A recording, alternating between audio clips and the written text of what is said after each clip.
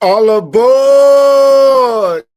Time to hop aboard my spaceship, cause you are tuned into what is the Matrix TV. I'm your host, Jason Elm Street Williams, and let's get into it with my super dope, amazing co-host, Lana the Oracle, the goddess, the chief. Thank you. Oh, I appreciate that introduction, Jason. Thank you so much. I'm excited to be here. Long time no see. I haven't seen y'all in a minute. We got some breakdowns here, some decodes. We went to go see Sinners. Choctaw, the Sinners. So let's get straight into it. We got brother Michael B. Jordan playing in Sinners that takes place in 1938 Mississippi Delta. So let's get into it because we know that Sinners takes place in Mississippi. And who are the ancient Mississippians? That's us, the Black Indians, the Choctaw, the Washita, the Giants. So we get into it. So we let's start right here. So the opening scene, we're in the church. So what do you think about that? On Easter weekend, we have a movie that's a horror flick that's talking about church, religion, spirituality, voodoo, hoodoo, knowledge, wisdom. And for me, it started off with questioning the control that it has over Indians, Black Indians, Choctaw people. So let's get into it, Lana. What did you first of all think of the movie? Because the movie was awesome. It was a classic movie. Absolutely, I agree. This movie was a 10 out of 10. Must go see. You got to go see it twice, y'all. You can't see it once. You got to kind of decode and break some things down. So it's a spoiler alert, but it's also helpful for you to see or hear our decodes before you go see the movie, because then it'll probably help you understand it. I didn't understand what I was seeing. I really didn't know like a background or breakdown or the plot, I should say, of the movie. So I went ahead and read the plot after we saw the movie, and the irony in us seeing Sinner on 420 on Easter Sunday. So let's start off with reading the plot. I'm going to go into it, darlings. So in 1992, identical twins and World War I veterans, Elijah and Elias Moore. Let's start with that. Just name Elijah and Elias Moore. They happen to return to the Mississippi Delta after years in Chicago working for who? Al Capone. So that alone right there, my friends, let's go ahead and talk about just the names alone. Jason, Elijah and Elias Moore. So as we know, goddess, we are the Moors, we are the Moors. So showing you a picture as we get into a Mississippi Black Indian movie, because when it starts off, you also see the towns. It looks in a sense like almost Indian reservations are slave quarters, but you don't see any slave masters. So you see our people picking cotton, you see farms, and then also you see like miniature cities. You see a big, small, our own city, and then outside of that is more country. Like if you've ever been to Louisiana, which Sinners was filmed in, it was filmed in Louisiana, Washita, Choctaw, so-called Black Indian land. Remember, we are not Black people, so Choctaw bloodline. And so right there, it showed that it was 1930s, so that was right around the time after the Indian Wars, even though those are still taking place. So the Trail of Tears situations. So we were fleeing the Europeans. We were getting murdered and killed. Our towns were being burnt. So when I was looking at the film from the start, that's what I was looking at. I said, oh, it looks like they're rebuilding towns. So for me, it also showed that we weren't always so-called slaves, and we were building towns. We had suits. We looked good. So go ahead. So with Mers and Moors, remember vowels are interchangeable.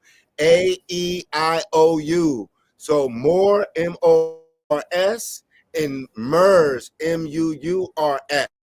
And then that'll lead us to, for me, Martians and stuff, but that's another topic. Can So you go break ahead. down the names though, Elijah and Elias, because it starts with the L.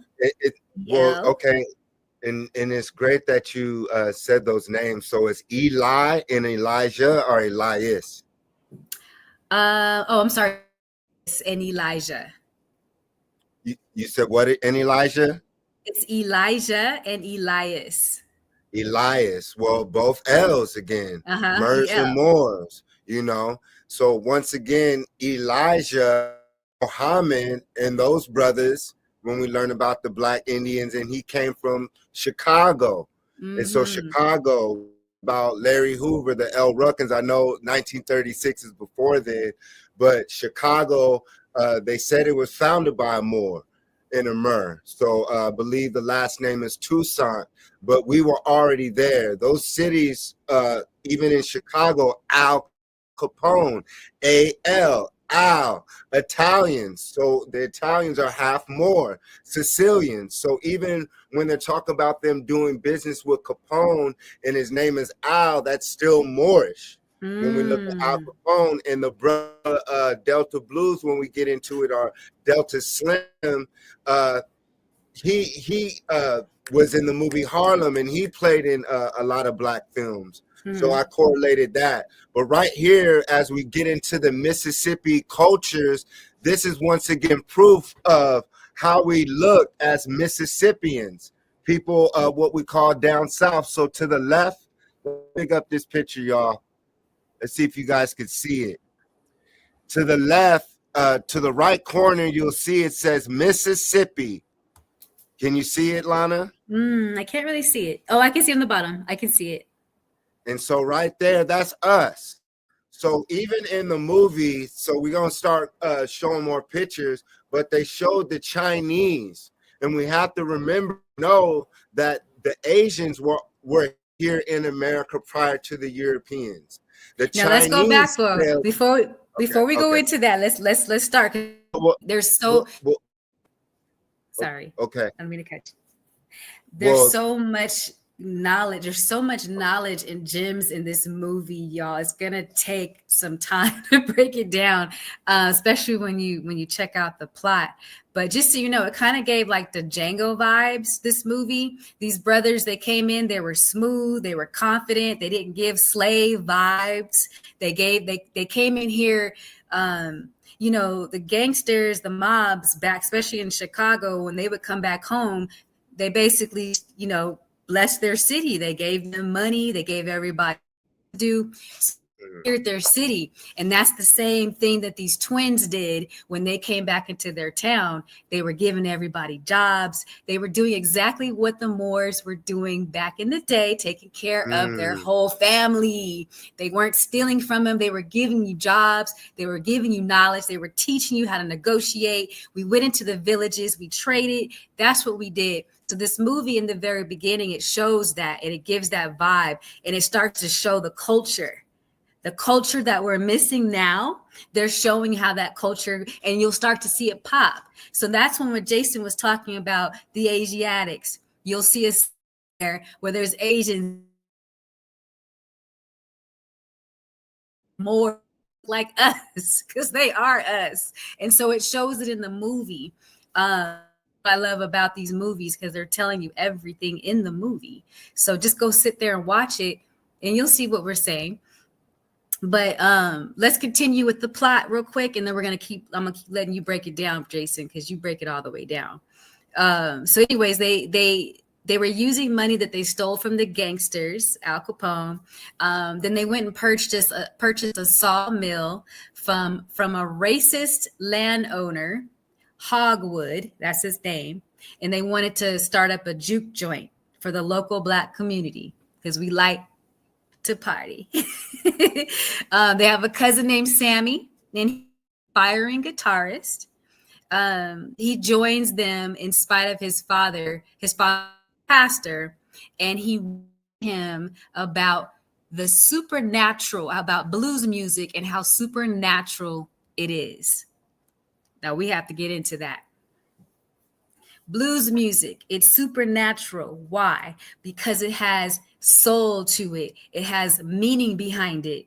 Matter of fact, I looked it up. I want to give you the exact meaning behind blues. And while I'm doing that, Jason, do you want to talk about your?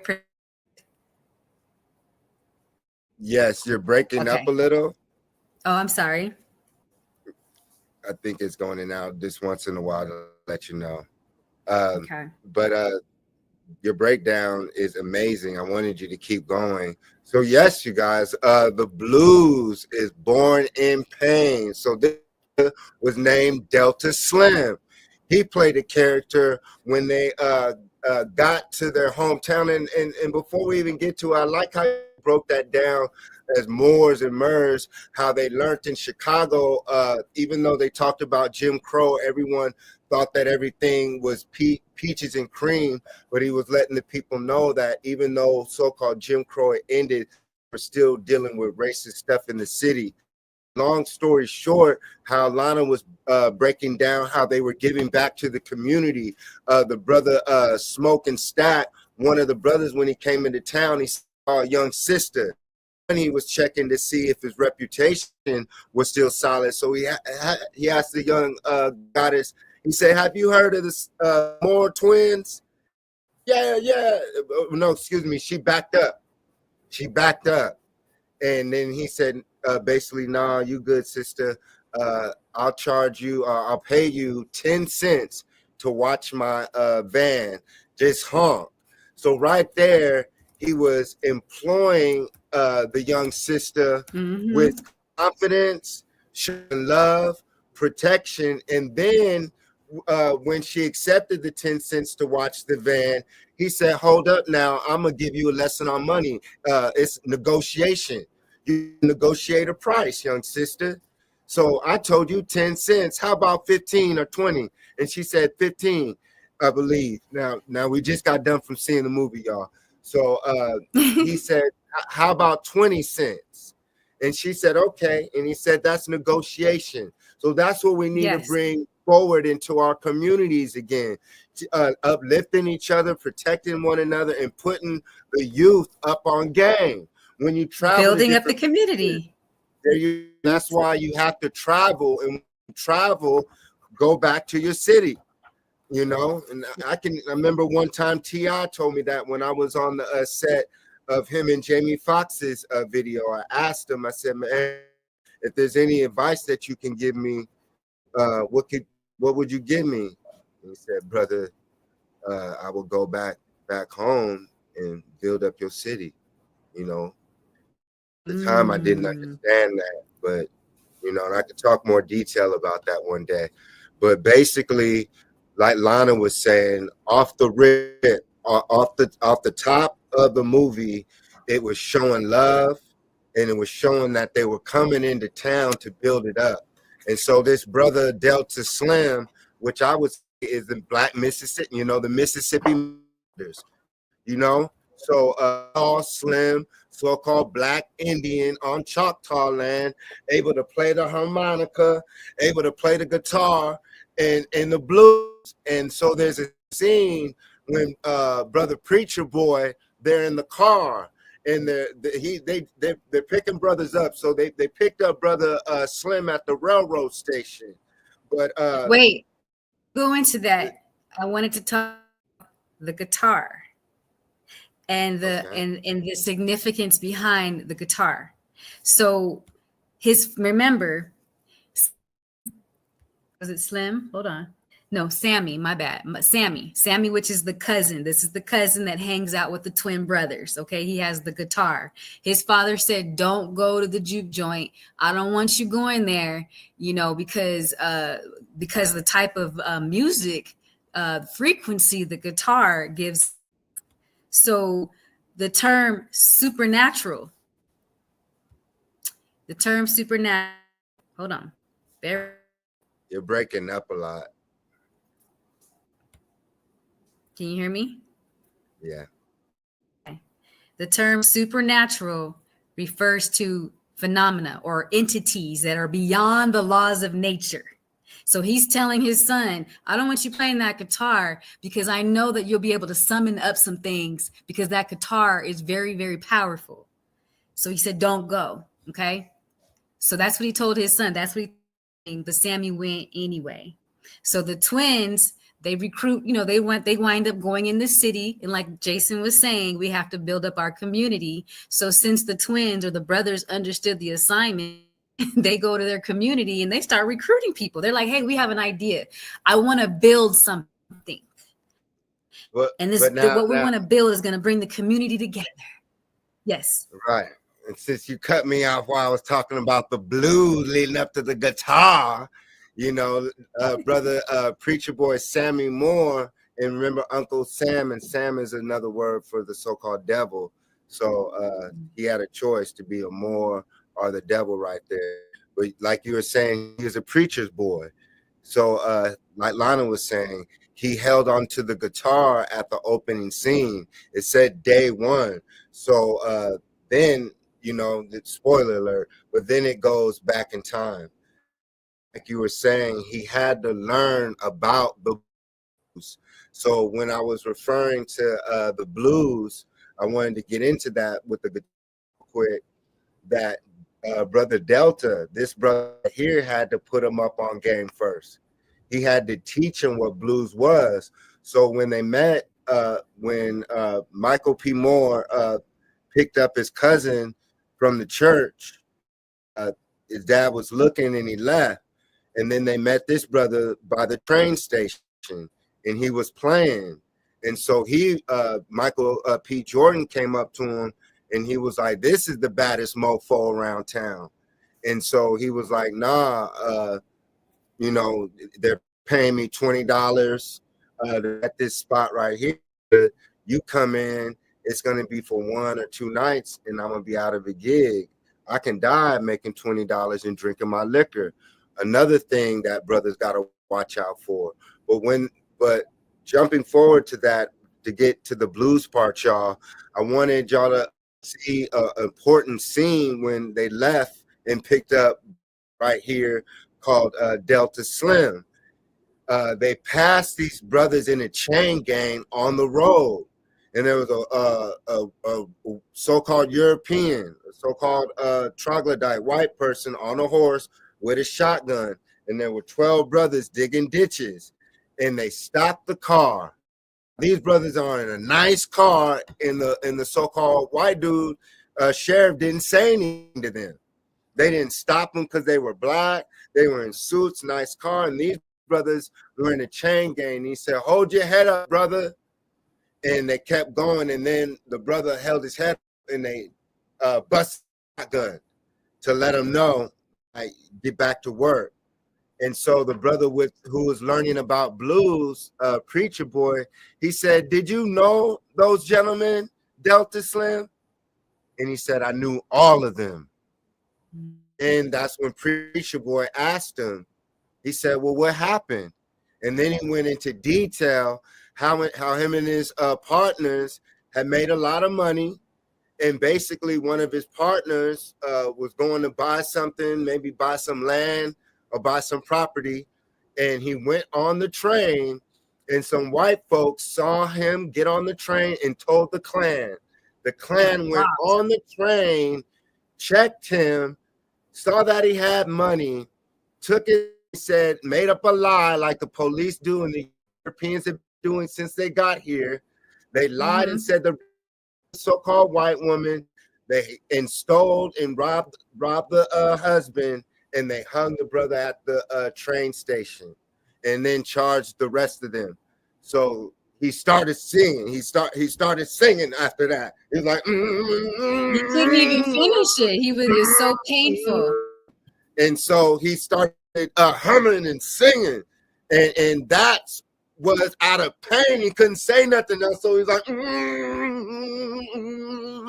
and that was the pain and suffering from his friends getting lynched and killed. Real time that happened. That same air we're breathing.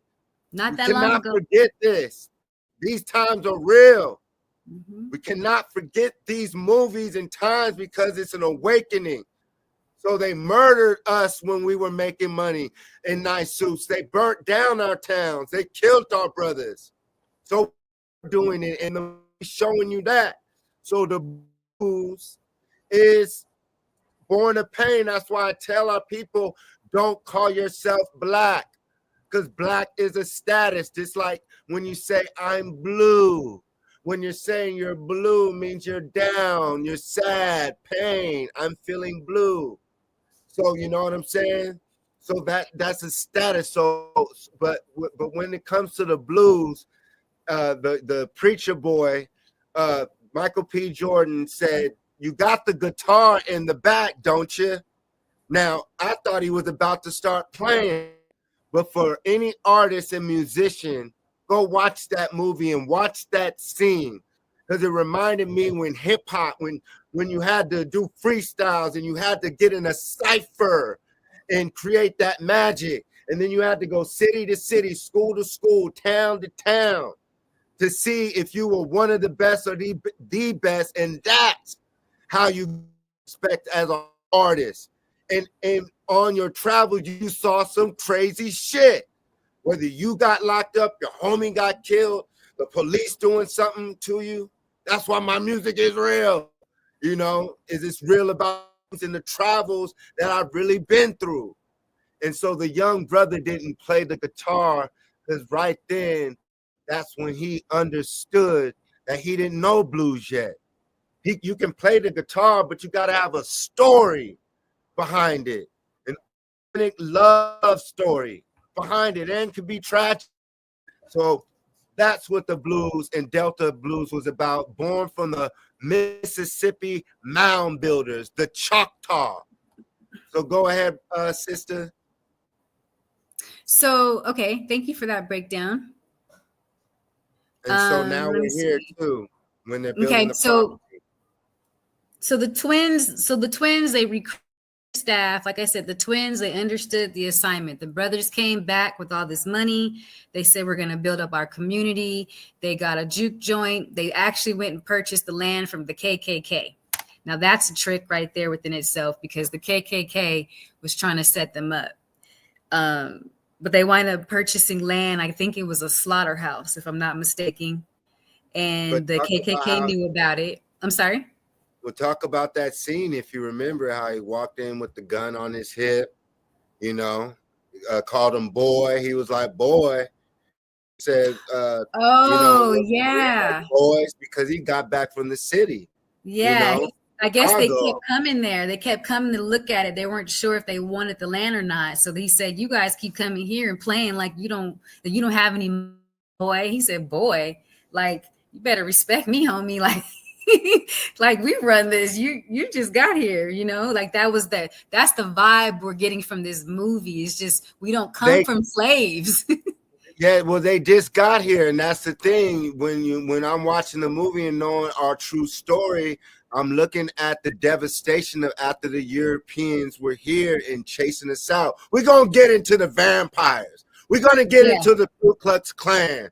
We're gonna get into the connection between the vampires and the church, and how the vampires have already infiltrated the church because they are the church, and that's why they tell you Jesus' blood. That's why they tell you to eat Jesus' flesh to live for eternity, because it's vampirism. Yeah. We're going to get to the Parasite. end of the movie and talk about that. But this is just the beginning. This is the He was a beginning. Klansman. And it They stole the land from the Choctaw and us as Mississippi mound builders when they came here. You have to remember the Irish, they came here, either the ones who we brought here as slaves or the ones who came here as colonizers, because there were different ways. The majority of Indians got here through Ellis Island, but there were also the Moors brought European slaves. So when we learn about the Irish, the original Irish are Moors, dark-skinned, woolly-haired people. And so the pale-skinned Irish, we have to remember that they weren't considered a white. White is a new term. Irish were considered the Niggers. They were considered, in a sense, almost black, like Italians. They were considered niggers. Italians and Irish, because people refer to themselves as Dutch, Russian, Irish, Italian. It wasn't referring to yourselves as white at these times. So we're gonna get into certain characters, but right here, when you see the Klansmen running the land, this is what happened. They stole our land as farmers because they didn't know how to farm. They didn't know how to do music or anything. We taught them how to dress. Look how sloppy. So it shows you that they didn't know how to dress. Look how sloppy is he's supposed to be a millionaire. So, and then look how we dress.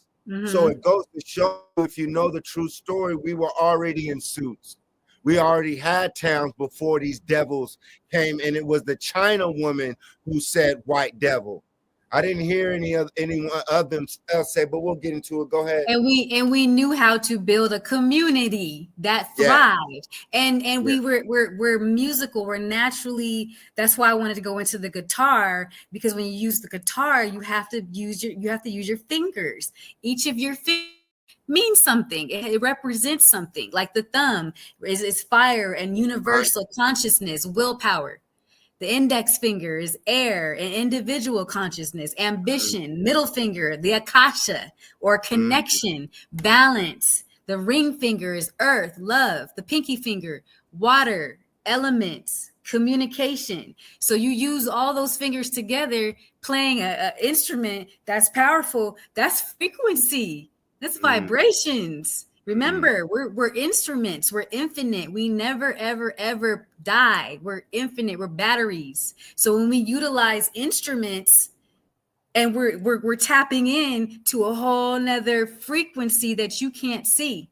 And so that's why the preacher boy, Sammy, his dad said, "I don't want you going. Be powerful that instrument is." And as you can see, what Jason put on the screen, that's the guitar, the magical guitar that he summons up the past and the future by playing that guitar in that juke joint.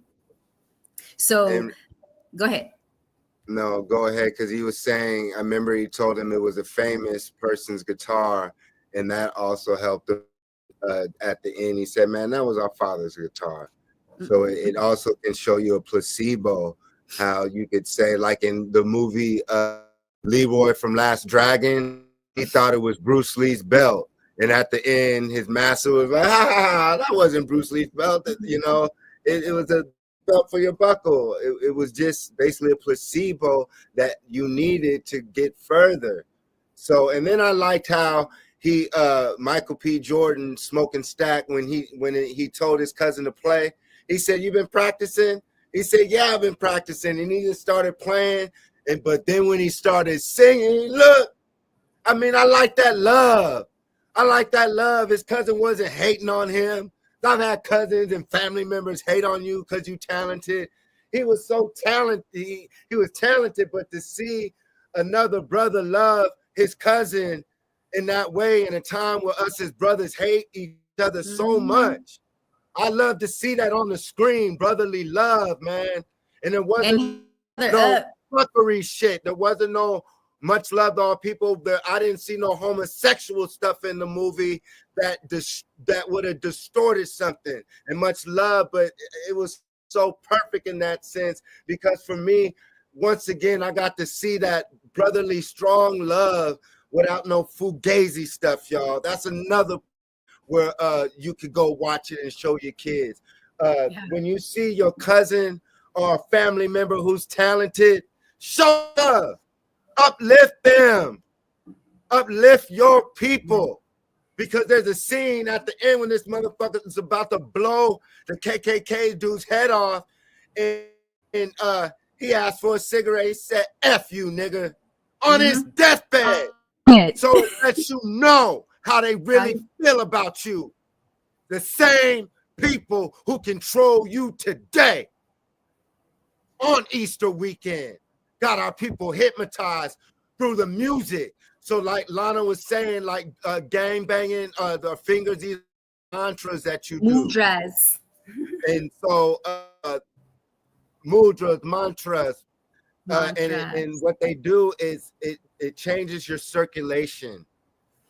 And so the reason why you feel different energy when you do certain mudras is that your veins change, you know, your circulation changes. It'll change your posture. So imagine doing that on the guitar, because the guitar is the harp.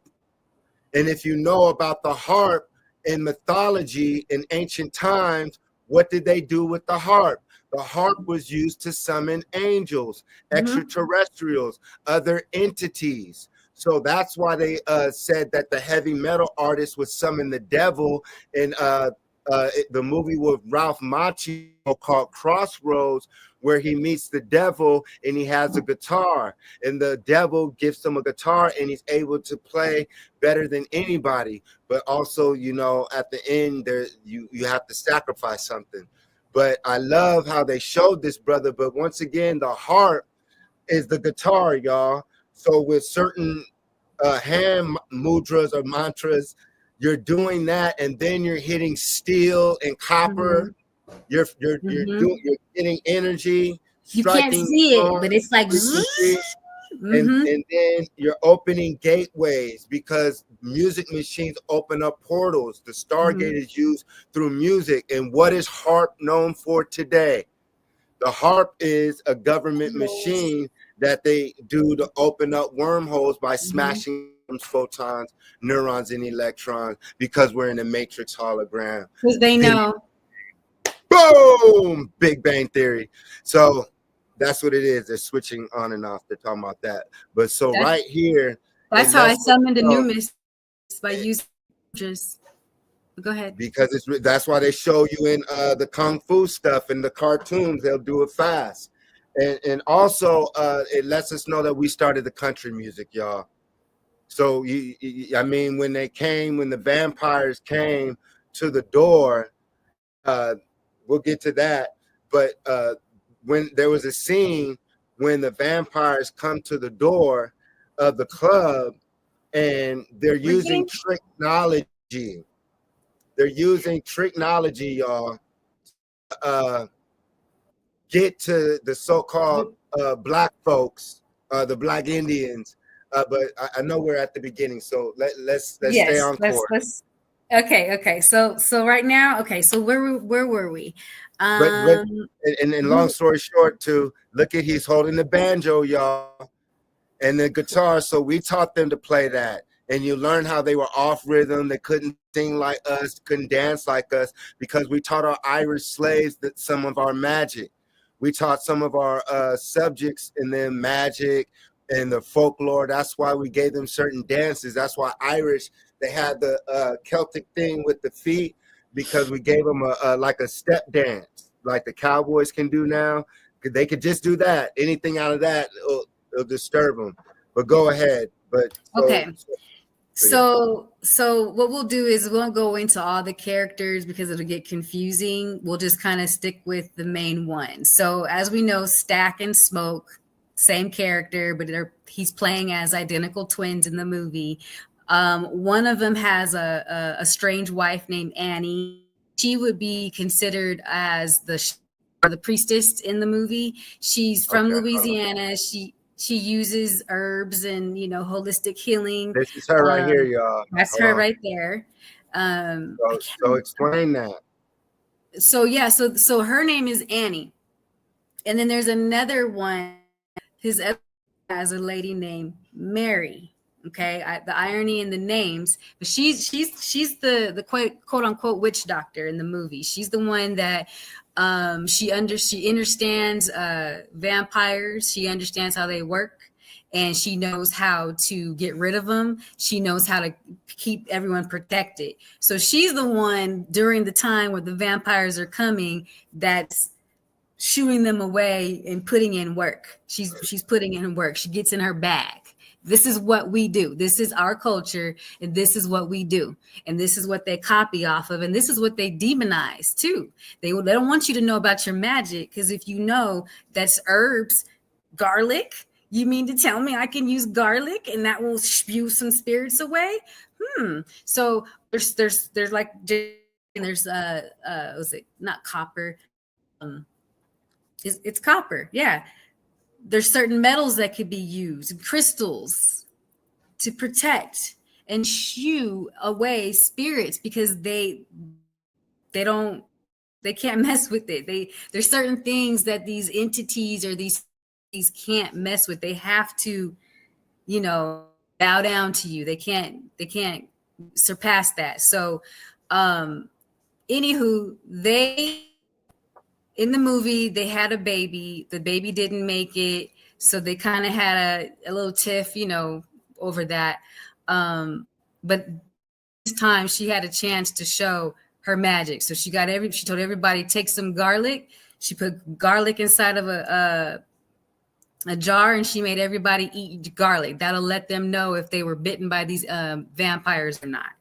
I don't want to go into it because it's not gonna. We want to make sure it adds up. But I do No, want to keep talk going. about Mary. Keep going. Talk about that. I forgot about that scene. Freestyle it, Which too. scene? Which scene? When you said about the sister Annie, that's her name, Annie? Yes, that's her name.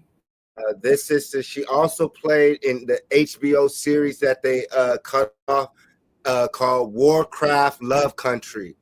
HBO series Warcraft Love Country. She played in that. So and she played a similar character.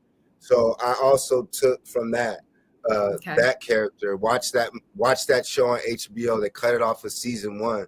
But like you were saying, she's a shaman. She's a witch doctor. She's our healer. And right here, it's like Aset and Asar, Isis on Osiris, the love story.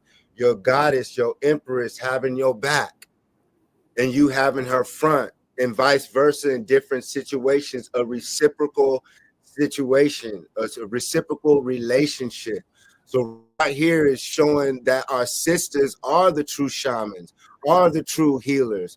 She brother a pouch with, and it protected him on his way. And also, you said Vietnam. They were in Vietnam. That's one thing that they feared. At that time, during Vietnam, did they say Vietnam 1936? But brothers who were returning for war, who knew how to shoot. 1932. So yeah, World War I, World War II, all those brothers, Vietnam, different wars that were taking place. Those brothers were coming back, knew how to get down. That's what the Black Panther Party was. The Army of Self-Defense.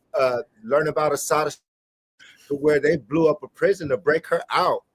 So during these times, you saw Black folks who were carrying pistols and getting at these devils because they try to teach us that we were always soft and subservient to them. But when you understand that we're really Indians and that we've been misclassified as Black people, you would identify yourself as an Indian when they talk about the Indian Wars.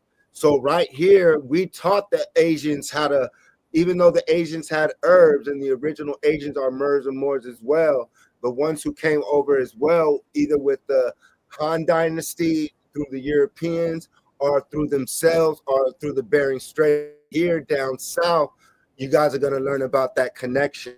And so when they show the Choctaw, you basically a mixture of Mers and Asians. And so when you mix Mers and Asians together, you'll see what they show on in the movie. And so once again, our sisters have been here the whole time.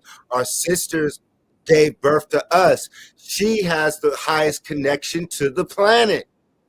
Our mothers, our wives, our girlfriends, our fiancés, our homegirls. This is what our so-called sisters are supposed to be in. You're not supposed to be in the church like that because it strips your divinity.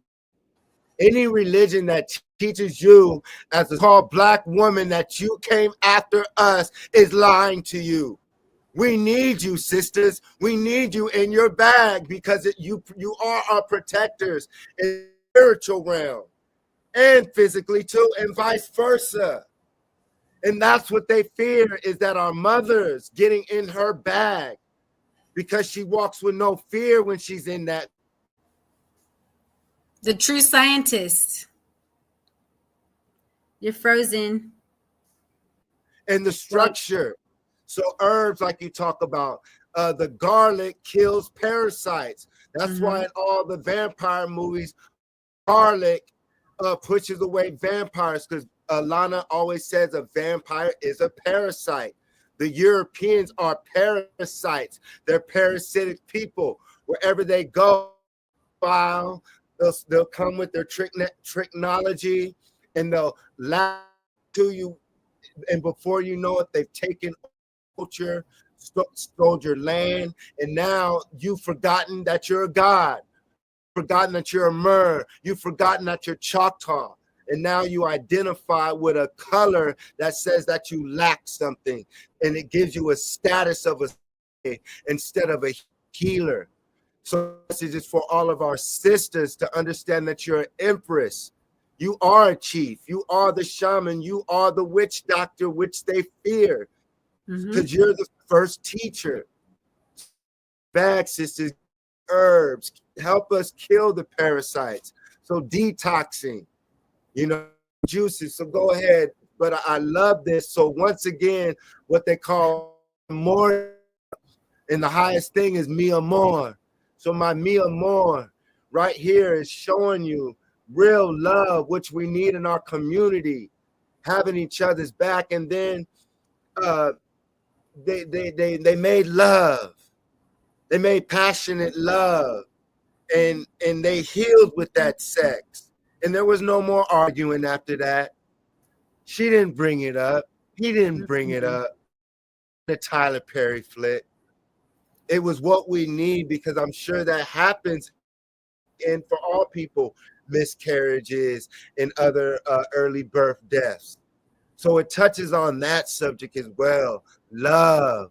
And she talked about hate, because there was a scene where she thought that the troglodytes and the Irish were haters. But eventually she said, "Nah, baby, that's not hate. Those are vampires." Because our people dealt with vampires when they came. Learn New Orleans, the Mississippians, when the Europeans came, there were vampires. Let me so quick. But go ahead. So that's why when I say you don't hate the person, hate is that word, but it's the parasite controlling the person. So you have that have been just completely taken over by a parasite. Say I'm here and I'm not conscious. I can get taken over by a parasite, and you might see, but I'm not Lana. I'm a whole bunch of other things that have taken control over me. And so that's, that we study the body so that we know who we are, and we don't allow those parasites to take over, infiltrate us, because that in the movie, that's what it shows. The different characters have specific names. Obviously, it's metaphoric. And one of the characters, I think she's her name is Grace. And in the movie, once the vampires come, she gets fed up, because they wound up getting her husband. And so she's like, you know what? Forget it. Just come on in. You guys want this? So the vampires were trying to get in. They were trying to get in, kind of like parasites. So they try to get in through the food. The only way they get in is how? How do they get in? You have to invite them. You have to invite them. You have to actually partake in that food. You have to actually allow that parasite to come through. You have to give it permission.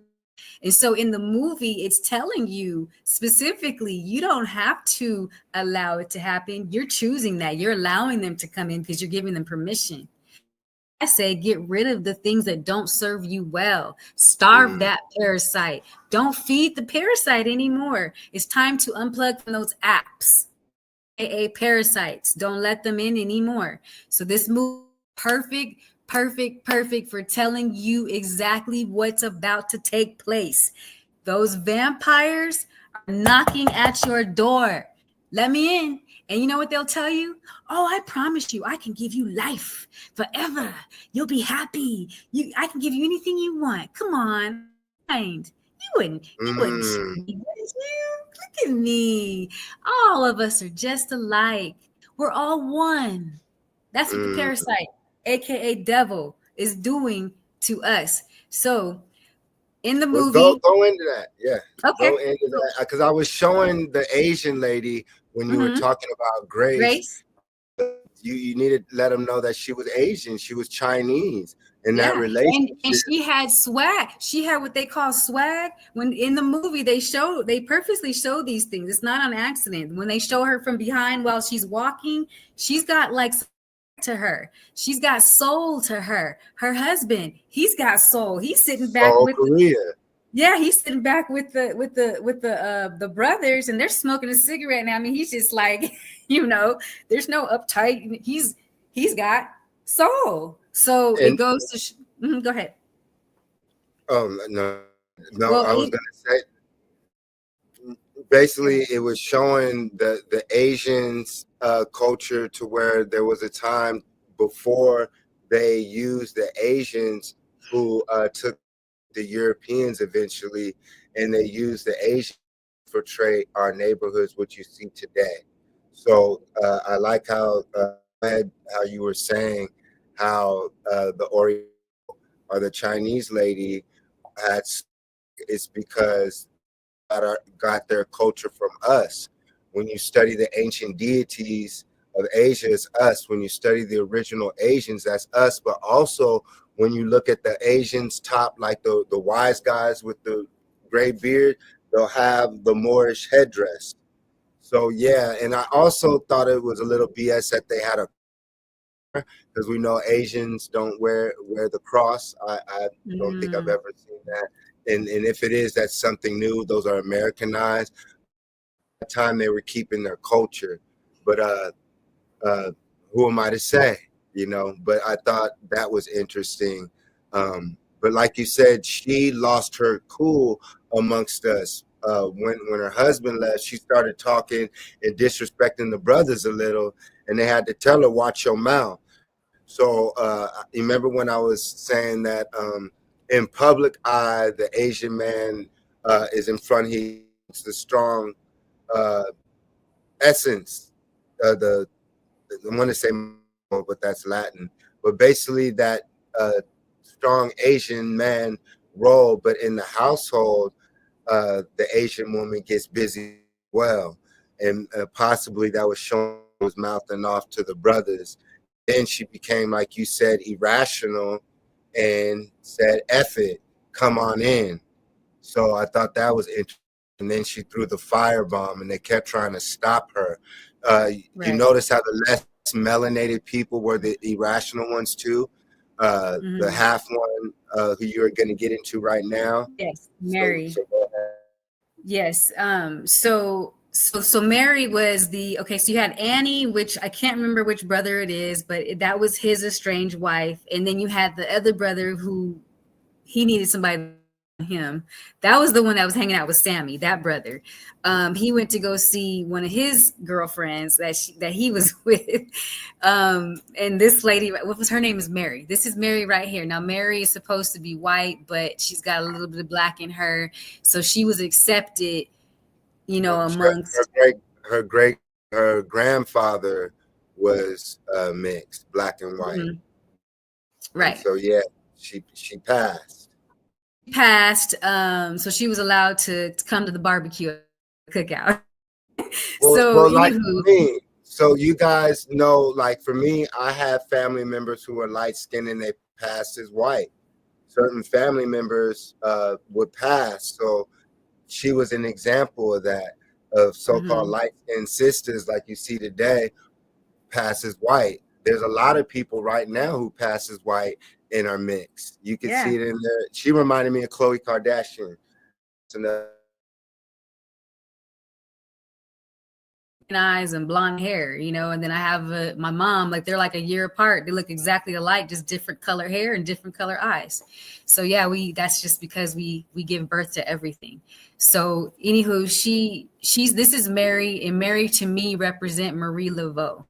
So, the light skinned girls were the ones back in the day that can blend in. So when the colonizer was coming and, coming in here and tricking our people, they utilized the light skinned ones to go in there because they blend right on in, and that's how we were getting. Go ahead. And You sound explain like you want who to say something. Huh? explain who Marie Laveau is to those who may not know the Voodoo Queen of New Orleans. Explain. Uh, Marie Laveau. So I remember we went to Louisiana. There was Marie Laveau, and I can't remember the other one's name, but in Louisiana, it was kind of split. So you had the side where the French were, where the Africans, quote unquote, Africans were. So the Africans were in their bag, Haitians, we were doing, quote unquote, we were doing our magic. That's what we were doing. And they demonized it. Then I can't remember what was the other lady's name that was over. It was a Caucasian lady, and Yeah, she was torturing Black folks. Watch right. the show American Horror Story, Coven Story. Angela Bassett plays, I don't know if it's Marie Laveau, but I think she does play Marie Laveau. But long story short, she goes to war with the lady Catherine Bates. And basically it's an example of like the Salem witch trials. The original witches were sisters, and the sisters taught the troglodytes, the so-called European women, the spells, the herbs, and all that stuff. And once again, they stole it and all the sisters so they could say that they had that. But yeah, New Orleans is famous for having what called Creole. Aren't you Creole? She was Marie Laveau was a midwife. She practiced her voodoo. She did it well. And she was also, I think she did hair. And so the white women would come in they'd get her hair done, and she would just pick their brain. Oh yeah, girl. And they would just do her hair, and she did well. And then she had herbs healing the city. So her name is Mary. Anywho, she she did well. Huh? Can you hear me? Yes, I said Tom Mary. Okay. Go ahead. Yeah. So, anyways, he kind of used her, and it hurt her feelings, and so she wanted to find out why he came here, told her that he loved her, and then left her. So she wanted some answers. She was a little because of that. So she winds up the juke joint unannounced. They let her in because she's family. Then next thing you know, the whole juke joint is just. Next thing you know, the whole juke joint is popping. I mean, the band going, everyone's excited, the drinks are coming. I mean, it's just everybody's just do, right? And then next thing you know, Sammy, he starts playing his guitar. And then you got Pauline, which is his girlfriend, his new woman or whatever, which that was the woman that when he met her, she said she was married, and he said happily, and she didn't look at him, and she, okay. And then as you're finding it, I'll go into it. And so he says, well, you can come back tonight because she sings. This is her right here. She sings. That's Sammy with the guitar. So she winds up coming back the next day to the juke joint, and he gets excited. And is your husband with you?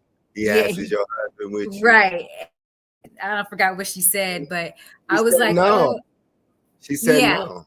So I'm thinking she just told him that she was married to play hard to get because she didn't want to be bothered with him, because she did come back. Husband, and I didn't see a ring on her finger. So I'm hoping that was the case. That's his boo right there. They wind up linking up after the whole place is popping. I mean, she's singing, she's on the floor. I mean, where she's having a good old time. Next thing you know, they get a knock at the door, and there's like 3 troglodytes there with a little bango, whatever you call it. Banjo, yes. And they want to come in to the party because they hear the party, and I want to join too. I want to see what you guys are doing. Well, where'd you come from? That's what they want to know. Because so they come to the front. Cornbread, he's the bouncer. He's like, I don't know about these 3. So they call the brothers over. The brothers start questioning the 3 troglodytes, wanting to know what they want, why they want to come up into their juke joint for. Right. So they start. So the troglodytes are doing the whole. Well, we come in peace. We're Mm-hmm. kind people. We won't bite you. We have some money. We got some money, some currency. Mm-hmm. I know you like some money. And so Right. they're just really coming with, then they start playing a tune. The tune that they're playing has a frequency and it's designed to try to manipulate them. Oh, they're so nice. They're playing a song. Let's let them in. Yeah, Well, because corn. Go ahead. Yeah, because cornbread said, "Oh, they're kind of good," even though they they weren't started at first. Like you said, tricknology. Because when the Europeans came, they had tricknology with them.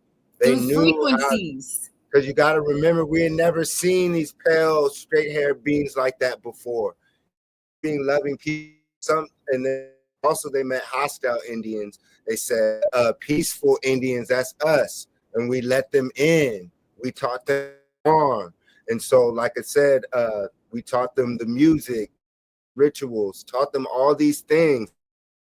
When they came to us, they said that those words, "We come in peace." So we brought them in, and the same thing in. Can we come in? But these brothers were there, they could see it, because prior to that, like Lana was talking about, the vampires, these people had already been bitten. So before we even get to them, banjo, uh, the Indians, this dude right here, what was his name? Because we were talking about the plot. Reddick. His name was Reddick Reddick. and red man, because what were the Europeans when they got burnt? We turned red, but redneck. They called them rednecks because they burnt and they were turned red. So that's also symbolism. It shows you that they burned the sun.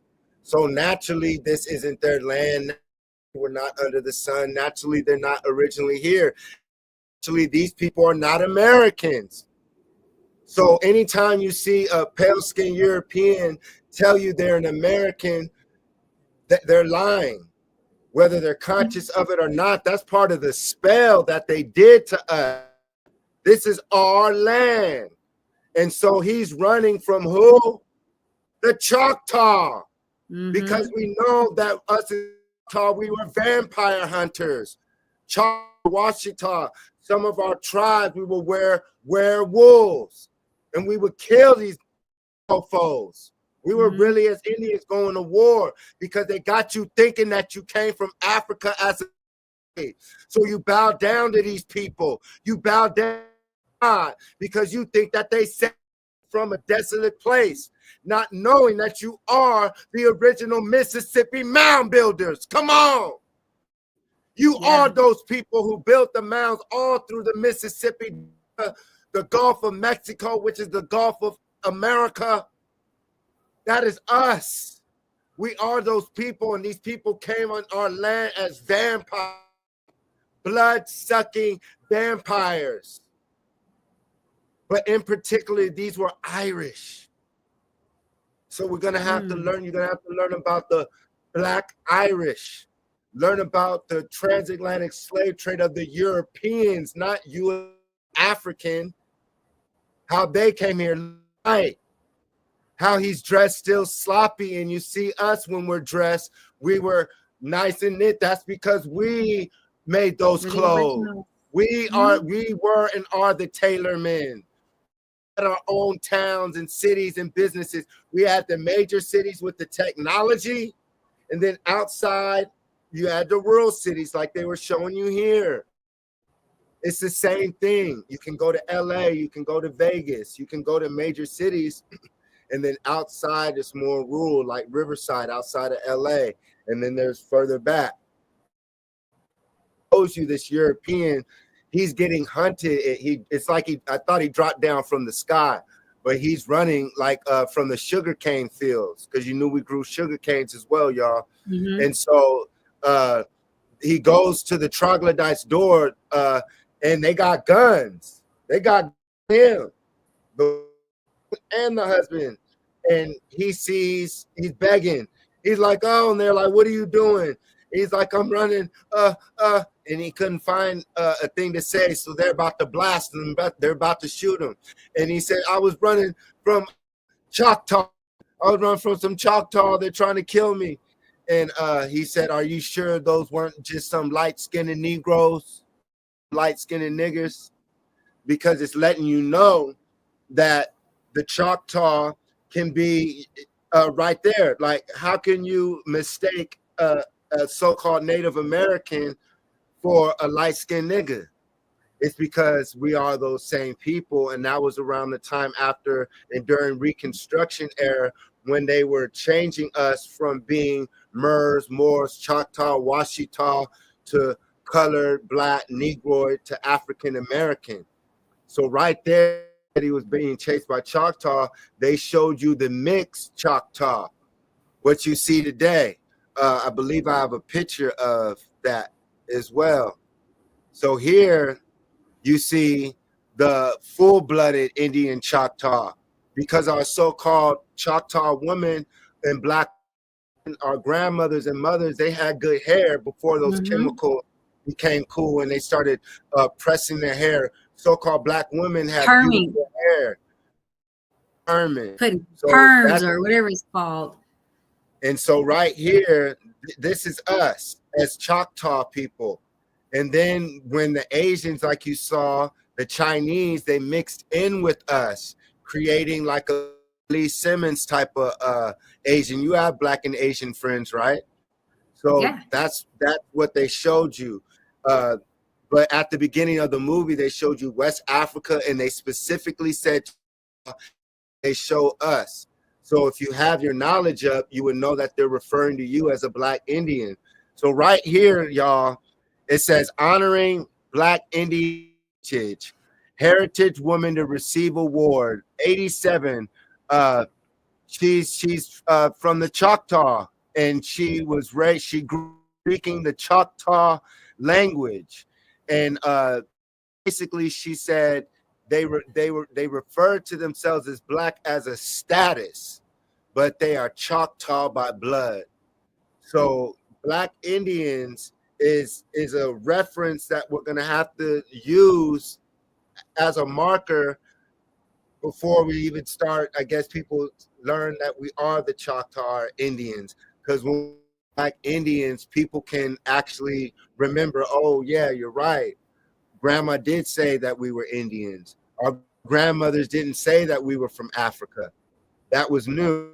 And so once you start having those conversations again at home, who are from Mississippi, Alabama, Louisiana, Florida, those places, those are our people.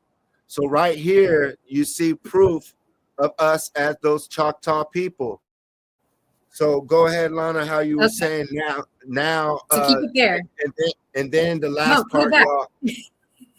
And then as they were filming in Louisiana, the Choctaw, the European, but these are the Mers mixed in with Asians, as you see.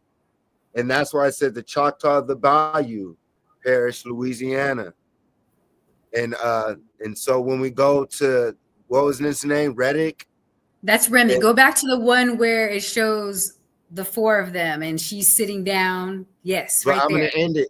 Okay, and so, okay. Long story short, he sees the clan, a clan thing, and they let the vampire in, and the Choctaw come to their door, and they knock, and they pull the gun on them again, and the Choctaw say, you have a dangerous person in your household. And then they say it's getting nighttime, and they left, and they were never shown in the movie again. That squad. Go ahead. So now we're at the scene to where the mixed girl goes outside of the club in the juke joint to speak to the Irish slaves who are actually vampires.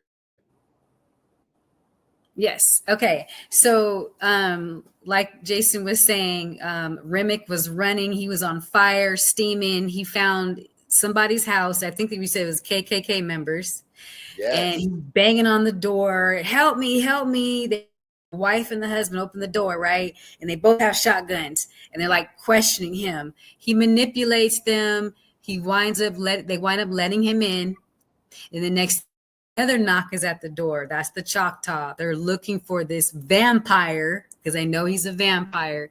And then the lady, she's there. She basically lies to the Choctaw Indians, tells them, no, I haven't seen. And then as soon as she closes the door, she's Yeah, he said, calling for her husband. Her husband's not answering. And she finally goes in the back and sees that her husband has been eaten. So guess what? She gets wow. eaten. And now the three people that you see up here, minus Mary, who's in the pink dress, they're all vampires. Look how they have instruments. They're ready to try to frequency to her to manipulate her. Why am I saying about the instruments? Because they use music to manipulate you. They use that they use frequencies to manipulate the you have here. This goes right in there. They're using that to manipulate your frequency. So that's what they were going to do with her. Now, Mary, she's light skinned, but she's low key a little bit gangster because she's been hanging around with two killers that came from Vietnam. So they taught her how to fight. So looks pretty cute, but she will mess you up. So she realizes they're trying to manipulate her, and she's kind of vulnerable, and they know it. So they know these parasites know when you vibe low, so that they try you while you're low. She was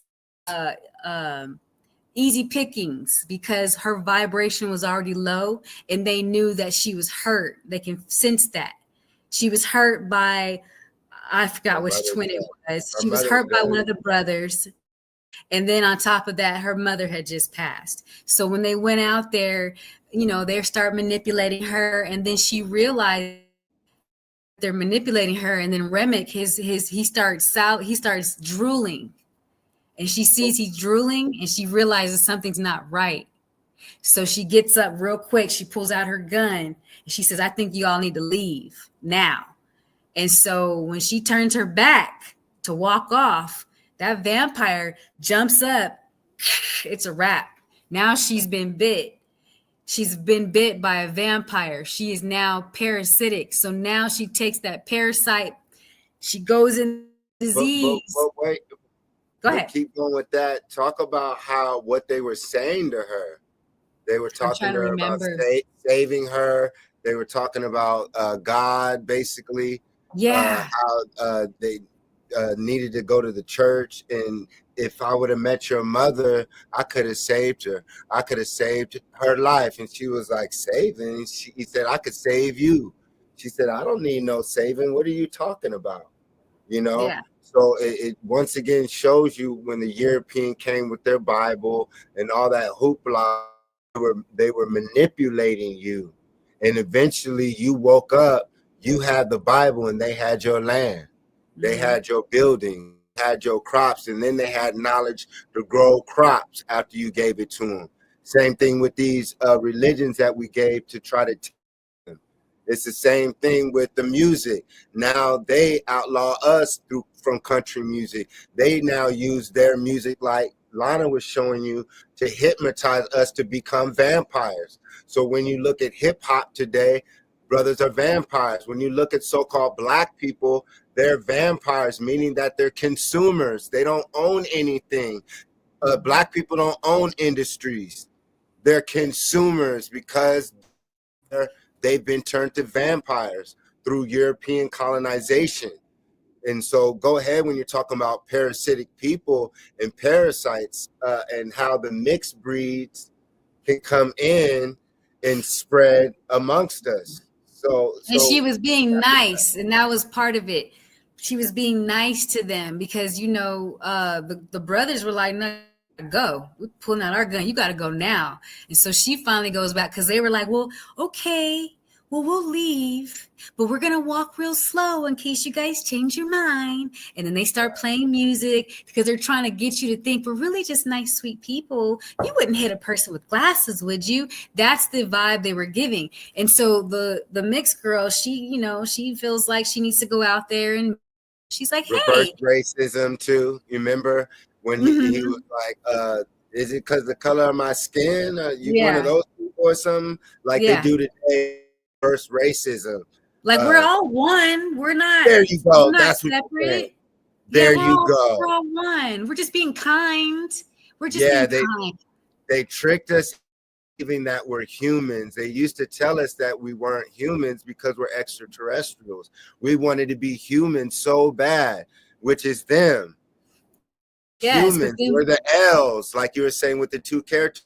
We're the L's, the owls, the days. We gave them days. We gave them weeks. We gave them words, a language that gave them a world. Because if we didn't give them language, they would be running around here in their original natural state of being, which are vampires. which is what's happening right now. Hello, which is what you're going to start to see because I'm seeing it. You're going to start to see these troglodytes can no longer be active in their souk. So you're going to start seeing this. This movie is basically telling you what you're about to start seeing. So, anywho, they wind up like Mary. She was being kind, trying to see if they were nice people too. She wound up getting bit trying to be nice to these folks. And so when she then, of course, came back to the juke joint because she was already there. They didn't know she got bit. They didn't know she was infected. So they let it person in the house. And then the family part. Also, when we said the reverse racism, they said, what about her? Yes. And they said, she's family. And so that's another thing that we're so accepting. Much love to all people. Our people are so accepting of the troglodytes and Europeans. We invite so-called Europeans and so-called white people to our cookouts and our parties and our gatherings, but they especially their husbands, they don't invite you to their business meetings. They don't invite you to the $1 million they don't invite you to the opportunity so you can have your banks and have your own cities and so you could be your free national self. They don't tell you that, and they don't invite you to the real cookouts. But you invite them. You niggas tell them everything. You tell them everything. And then they pimp it back to you. And then they come in. So now they bit her because remember, when you bite, you're a vampire and you bite the blood. What does blood hold, Jason? What does blood hold? Information. Information. And what did he know how to speak? But go ahead. Hold on, I'm gonna get to that part. I'm gonna get to that part. So that's why I tell folks out there that want to go get their blood pulled, stop, because you're giving away your information, and they know it. That's why they don't mind giving you $800 a month for you to faithfully go in there to give away all your information. She comes back in there, and next thing you know, she's go infect the next person, which is gonna be his brother. So she goes in. She winds up manipulating her brother to having sex. They go in a room. Next thing you know, she winds up biting him, and it's too late. So when his brother walks in and sees that his brother's been bit and infected, at that now we have a problem. Now we have a problem, and this is symbolism in what's going on today, where we're kind, we let people in. Now and the vampires try to get into the juke joint, and you see how firm the brothers were. I don't care who thinks they're nice. Brothers like, no, you ain't coming in here. And that's how we were. We weren't nice like that. You were coming in here like that. We want to question you. We want to know, how did you get here? Who sent you? Where did you come from? They wanted to know these things. Anywho, this is the face. This is the look they're giving when the troglodytes come in. With their whole, I want to be kind, we come in peace, and we have banjos or whatever, and they played some music. After the brother gets infected,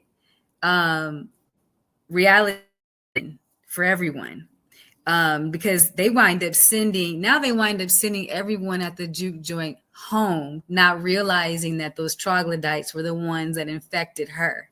So They send everybody home. The party's over. Somebody just got somebody just got hurt. So you all got to leave. So all those people leave. And those troglodytes, those vampires are still sitting there waiting. They're waiting. So they waited. And all those people wound up getting bit. So now they're inside the juke joint dealing with the brother who got bit. They wind up leaving him in there. They wind up locking the door. Obviously, they didn't know that he was going to come back to life. So I'm trying to remember what happened because I know the girl was bit. So, they needed to come into the juke joint. So they kept trying to The they, brother, cornbread. huh? Cornbread was trying to come Because in, the big brother. yeah. So some people so everybody that was there wound up leaving except for the characters that you see on the screen right here. About 5 or 6 people wound up staying inside the juke joint. The Asian lady that had her husband, she tells him, she says, we need to go. And he's like, no, we have to stay. And she says, no, we came here to help them with the juke joint. We didn't come here to help them with this. So she tells him, get the car. Goes out there to start to warm the car up. And it's a wrap. He's done. So here now we come with Grace. Grace is her name. Grace is upset because obviously now she sees her husband's outside. They're starting to realize they have a real problem. They've allowed a parasite to come in. Parasite is eating everyone and taking all their information. The vampire winds up biting her husband, and after that he comes back and starts speaking his language. Now the troglodyte can speak whatever language they speak. He's probably trilingual because he done bit so many people, because now he has your information. So he's telling the wife, I know everything about you. And I know who your daughter is, and I know your daughter's at home, that's what happens. We let them in, like Jason said, we give them all our information, and now that's all they need. They can go make their own businesses, they can go build everything. They don't need it. They don't need you now. Well, they do need you, but you know what I mean. They need us to thrive and survive, especially by us giving away our blood. So let me see. I think I want to read this part right here. So it said, at the joint's opening night, Sammy's music is transcendent, unknowingly summoning spirits of both past and future. So while at the juke joint, like I said, everyone's getting it in, the music is starting to, everyone's having a good time, drinking. You could just see a great scene going on, right? And Sammy's playing his music, and Pauline, she's singing. Next thing you know, he's summoning up these vampires. That's what causes them to come to the front door. The performance draws Remic's attention, and he arrives with his minions, offering money and music for entry. Suspicious, the twins hesitate and the vampires retreat, reminding the twins that the bar needs the income. So they're offering money, currency. They say money, and that's the difference too. We got to establishing currency between money. Let's start saying currency, bank. Money is a different frequency. It's a different word spell. So they were saying money, but we need currency, because there was a part where they were saying like money basically doesn't make you happy. That's not it. It's community. Currency can live for current. It's an electrical wave. It's something alive. It's beyond money. So go ahead though. I just was thinking that when you're saying money, the money spell, money is fake. Money was created by empires. That's why when we look and see George Washington and all these troglodytes, these dudes were vampires. They would eat the slaves. Learn about how they would eat the slaves, and they still eat us to this day. That's why called missing black folks are missing, and babies and all that. They're still eating you. They're still eating you. And then he said that when they hung the dude, his friend, they cut off his phallus. You remember that? When brother Delta Slim. He said, man, at the end, after they hung him, they cut off his manhood, you know. And then he Yeah, started that's when he singing started the blues. singing. Yeah. Because our music, we are soul people. That's why they don't call European soul. They don't make soul music because they don't have a They don't soul. have a soul. They just have a spirit. Right. And so they lie and make you and trick you to make you think that they have a soul. They're That's here. why they They need come love. amongst us. We gave them we gave them words and worlds and what you would call religion for them to have an opportunity to gain a soul. That's why when a so-called European woman has a baby by us, it births a mighty man. It births a half god, half extraterrestrial, and one drop of us, their blood changes, so their frequency changes. So go ahead, but basically, I was about to hit a good note. But yeah, our music had purpose and it had soul because we are soul people. And so once again, we're dealing with people who do not have a soul. Now, some people say, are you saying that all white folks don't have a soul? What I'm saying is that if Europeans are basically, imagine Europeans before they came amongst us. They didn't have these cultures that they today because they're not their cultures. They don't have a culture. Europe basically have gone around murdering and stealing and mimicking people. By the time those people are dead, they'll claim that culture. Their culture is parasitic and vampires. That's the whole point of soul music and soul food. It's a key marker to let us know that there's a separation between us. We are not the same. And so when we understand that, and when we once again go further, they want us to study the past because the past is the future. Now we have to create it. And so that's why we need once more movies like so we can see the templates of what went right, what went wrong, and what's going on right now. Because once again, the blues, the music is parasitic now. They use, like Lana was saying, the food, but the frequency, and then the liquor. We got to be careful with drinking the liquor. There was a moment where he basically said, man, I'll take $20. I'll take $20 a day and get drunk. No club. There's nothing else here in town for me to display my talent. And so he gave the young brother the gift. So back here, you see Delta Slim behind the pastor boy, and he starts playing. When Lana's talking about when they're jamming, he says, hold up. Tell him where you're from. Tell him what your name is. And tell him, you know, what you're about. And he said, man, I wrote this song, man. It's about my pops, you know, my dad and how I feel. And it was his love for music. And we're going to get into that, is don't allow your parents to destroy your dream. Don't allow religion in particular for your dream. Don't allow others, because what happens is when you lose that dream, you work for someone else and you'll have to come back or you're not going to be able to ascend. So this part is also passing the torch. Us as so-called men passing the torch to the youngsters, giving them game, like he gave them game about his friends getting caught by the KKK. Watch where you're going. Then don't be so naive, young brother. You know, the harsh realities that we have been dealing with as black men ever since this European has came in our, it hasn't stopped. The Indian wars haven't stopped. These vampires haven't stopped. I go down the street and I see so-called black vampires, bloodsuckers.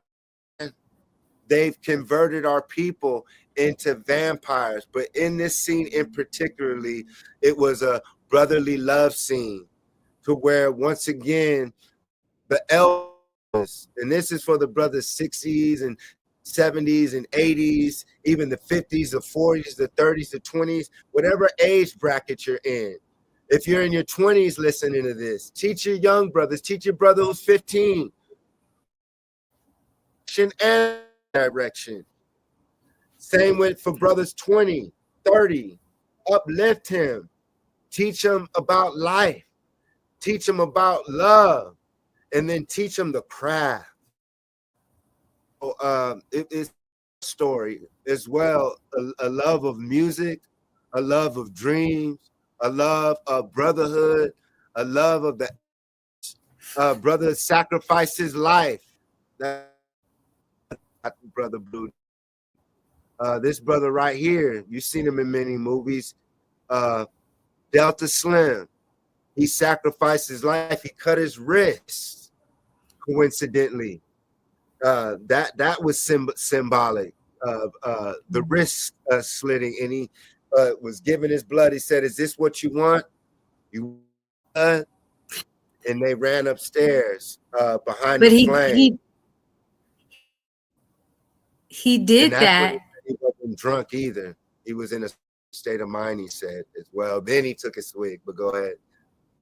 So it shows so much unity. It showed how we had each other's backs to the death. You feel me? It wasn't like, oh no, well, we were solid people. We're not wishy-washy. You know what I mean? So it showed that. They're like, no, you're not gonna, what did they say about Sammy? They're like, no, you're not taking him. You're gonna have to come through me first. Oh yeah, and then when Delta disrespected him, he was around when they first met. And I'll get up and slap you or something. And Michael B. Jordan said, "You talk to my little cousin like that again, and I'm gonna slit your throat." I was like, "Whoa!" And I like so, that. and but he wasn't playing. He stopped it. Yeah, he wasn't playing. You see that happen in our community where a brother will just make a little joke, and you've been in a situation reversed with elders, and they'll do subliminal passive aggressive jokes to test. I'm just playing. Basically trying to harm you, man. So you got to stop it immediately. No, you're not going to harm anyone around. You either love us or get the F on. But I do got some money for you, brother. So I am going to use you for your services. It wasn't like they purposely had a.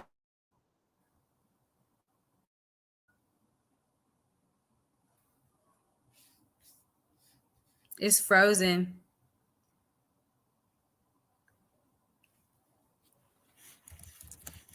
Anywho, so I don't know if you guys can hear me. It's freezing. It's going in and out. Okay. Yeah, it's back. But go ahead now. Yeah. So he said to him the ending. Okay. So let's go into. So this is when they're coming in. They're fighting them all. You mentioned how the brother got bit. He came back alive, and he came back a different person. That's another thing. The brother came back a different person. He came back almost like he came back a nigga.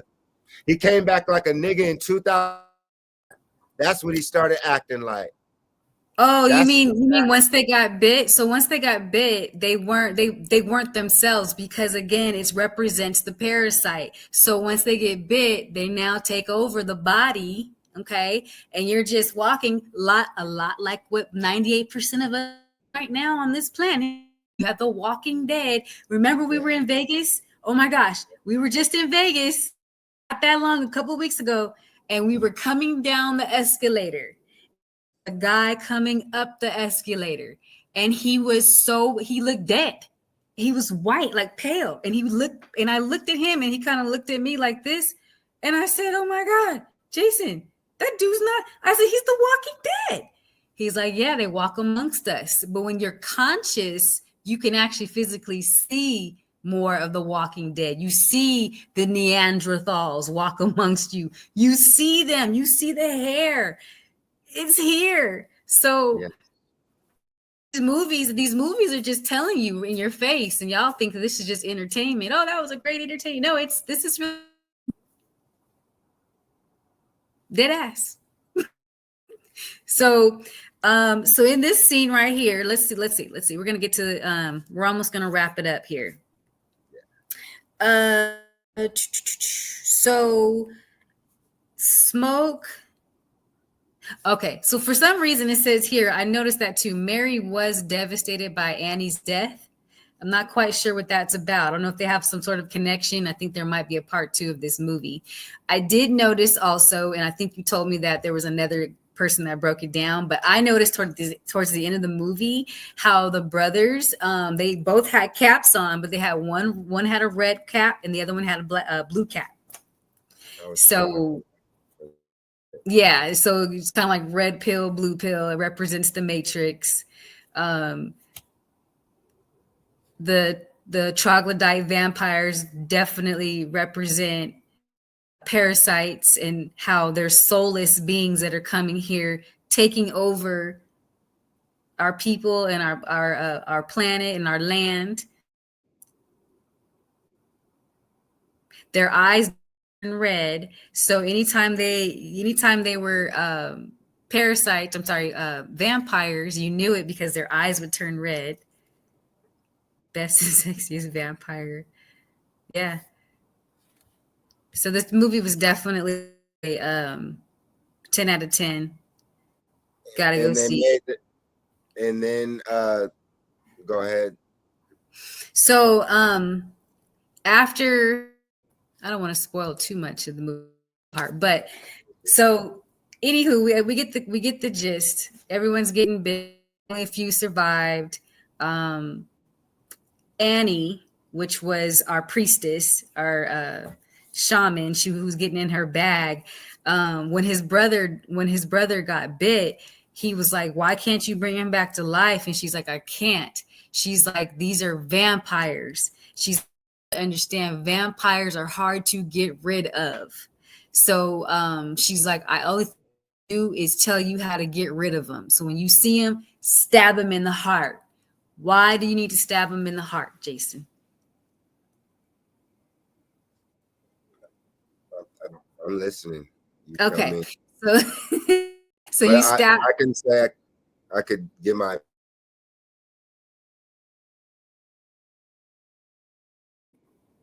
I don't know, Did you you froze.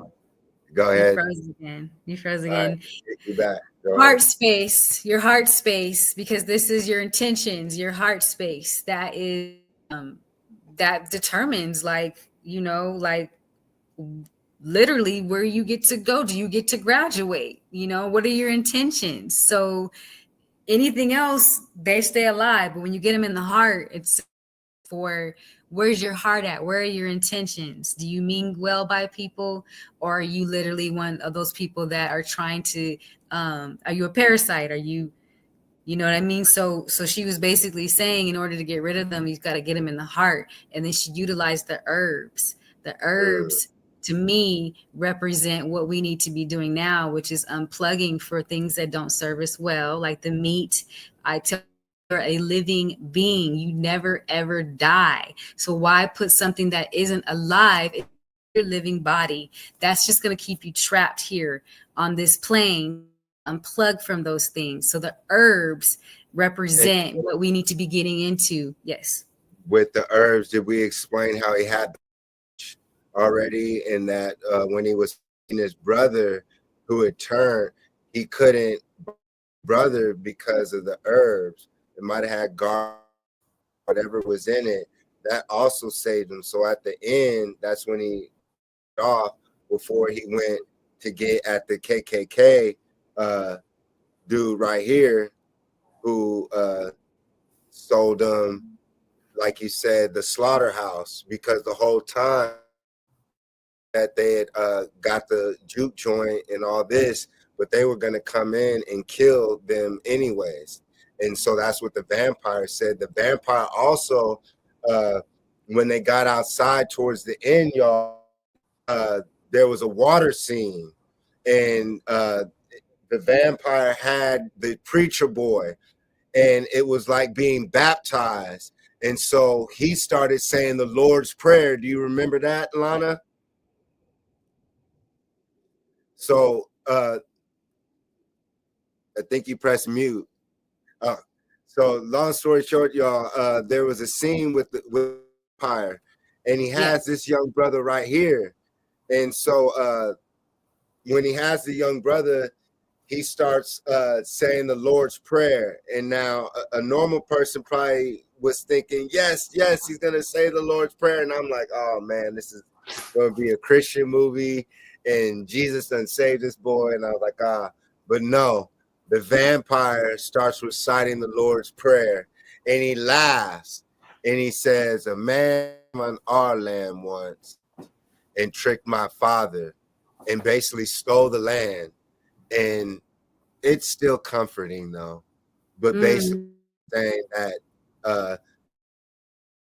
if you guys learn about the Irish, they were persecuted.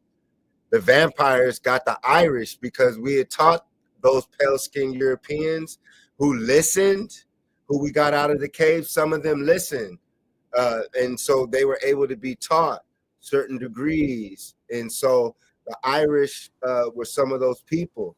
But when certain sects came in, certain Europeans, churches, they persecuted Irish and all that.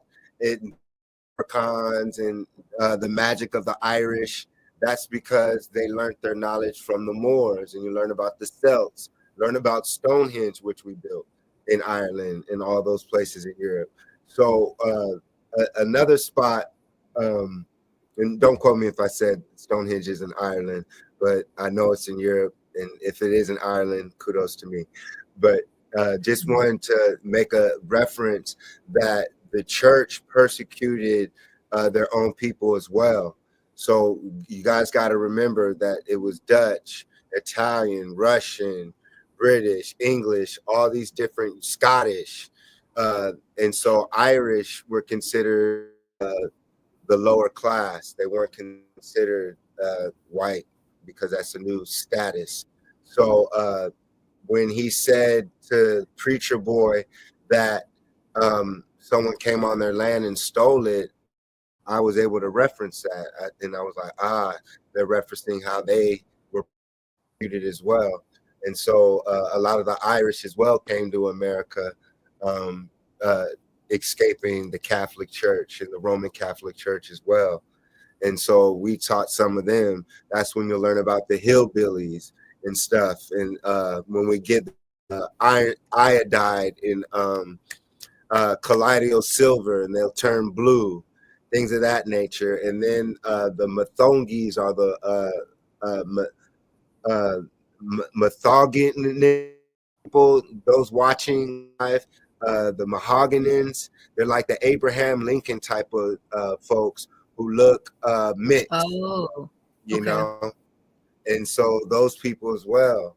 So it was telling a lot of tales in there, but long story short, it was telling you how the church is controlled by the vampires.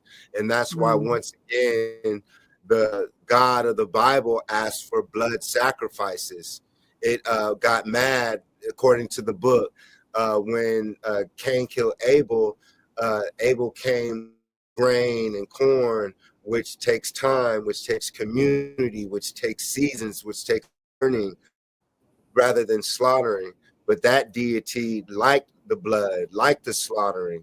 And that's because people are sheep and they're getting led to what? The slaughterhouse. So that's another symbology. And so that's when we go to the church, and then they're all white. They're in all deaf, you know. So when we look at that, he still has the guitar in hand when he comes back. And so he didn't want to let it go, but he wasn't sure of letting go of the dream, all that stuff, because really he had an amazing time. His cousin did him, showed him how to make money. He got his first punani that it looked like, you know, and then when he was eating the Perline out, she was like, no, preacher, been sweating and all that. And he said, you are beautiful. And then she let him eat the punani. And it made it so beautiful. They made it beautiful. And so All I the thought sex scenes were beautiful. it was powerful. But right here is another portion towards the ending to where it's you, to where, yes, you might have to reset when you lose yourself and have to start at the bottom of Jesus worship. That's like first grade, and then get to other schools of thought. But you see these people, they're zombied out. They're just Sitting in so there. this zombied out too. And he had an adventure. He didn't allow his father, who was stuck in the church, regurgitating the same thing over and over, not chasing his dream, demonizing music that can take you to different heights. Music can take you to different worlds. Music can call positive impact. And that's what it was telling you, that the brighter you are, people say, oh, you are who you attract. That's not true. When you shine bright, you attract Everything. vampires too. Mm-hmm. They want a You piece. attract haters. Mm-hmm. So from now on, I'm gonna say it. Jason says the whole term "you are what you attract" is bullshit. Because we get that, but when you have light, it attracts bugs as well. Yep. When you're shining bright, people want to see. When you performing good, you go over there. You might talk crap about the performer, or you might say wow, and you might even drop some cents, some money, and show love. And so right here, it's an opportunity for us, even though the cross talks about the stars and the matrix and extraterrestrial and the planets and all these things. Right here, it's life and death. It's symbology for me and I, as how our people are mentally dead in the church. This is why it came out on Easter weekend. Our people are no longer innovative because they're stagnant. They're vampires. They're zombies in a sense, because the church created their religion, right? So these are Black Indians in Choctaw who didn't practice this until recently. So you went from mound building and having a culture to practicing the troglodyte Europeans culture, and that's how they eventually stole your. And that's why so-called Black people, anything, they're cursed, and that's what it is. Black people cursed. But when you understand that you're Choctaw, Indian, and that you're a Mer, what do? You kill. You hunt these motherfuckers. You go to war with the devils. And that's what it was showing you. Us as Choctaw, us as Washington, going to war, burning these motherfuckers. Because it's time to have a good time, y'all. We're peaceful people. It's time to eat good, clean food. It's time to love again. It's time to create our own towns, our own cities. We have technology. It's time to build relationships with ourselves so other nations can build with us. Because when we own our own stuff, others are going to come. But when you have force and backup and defense and unity, you can win. And then always know that there's another side, that you do not die, like teaching as well. And in the movie, you want to, because she was saying, put down that cigarette before you cross over to baby. And I thought that was something too. And so, and what's going on in my life. So I know that there's another side. And so we're always preparing for death. We're preparing for life, because clearly this is death. This is life and death. So respecting death, because when you respect death, you respect life. It's balance. And that's why the people of Tamare, Egypt, Kemet, what did the European always teach us? Oh, they were fascinated with death. The Europeans, the Egyptians were dying or death. The other side, they gold and tombs and stuff. is because you can take certain things with you. You can take love with you. You could take community with you, what you did with your sisters to uplift you. You could take that with you. You could take the infinite information that you learn as Mers and Moors and Choctaw and so-called Black Indians and the sacred geometry. When the Choctaw showed up at the door, he had the sacred geometry. He had the, and then you learn about the X. Some will say Hebrew, but Hebrew means to cross over. So basically, us as Mers and Moors and woolly-haired beings, we were practicing sacred geometry. We understood that. We understood this symbology. We understood we're the creators of the masonry. And so when you saw that X, what do you learn about with down south? You see that the tribes took that symbol and made it racist. When you see the down south stuff that Kanye West, y'all, he was trying to hint at that we were already here, that we already had a confederation, we the people, us as Moors and Mers, the Iroquois nation, us as Choctaw have federations. We would recognize, I'm gonna show y'all this. Right here is what a Choctaw looks like. Look at it. These are statues of the Choctaw, Mississippi builders. So right here, when they talk about the oldest extant mound site in North America is the Washington Break in Northeast Louisiana. The Great Pyramid and Stonehenge was constructed around the same time. So they're saying that they predate the Stone and Pyramid of Giza in Louisiana. The Black God of ancient America. The Black began his career in America not as a slave, but as a master. These are what European scholars were teaching, and this is in the 1920s. So that's what the movie's showing you right here. This is the Choctaw, the Mississippi mound builders, y'all. This is the Washita Moors and Mers, same people.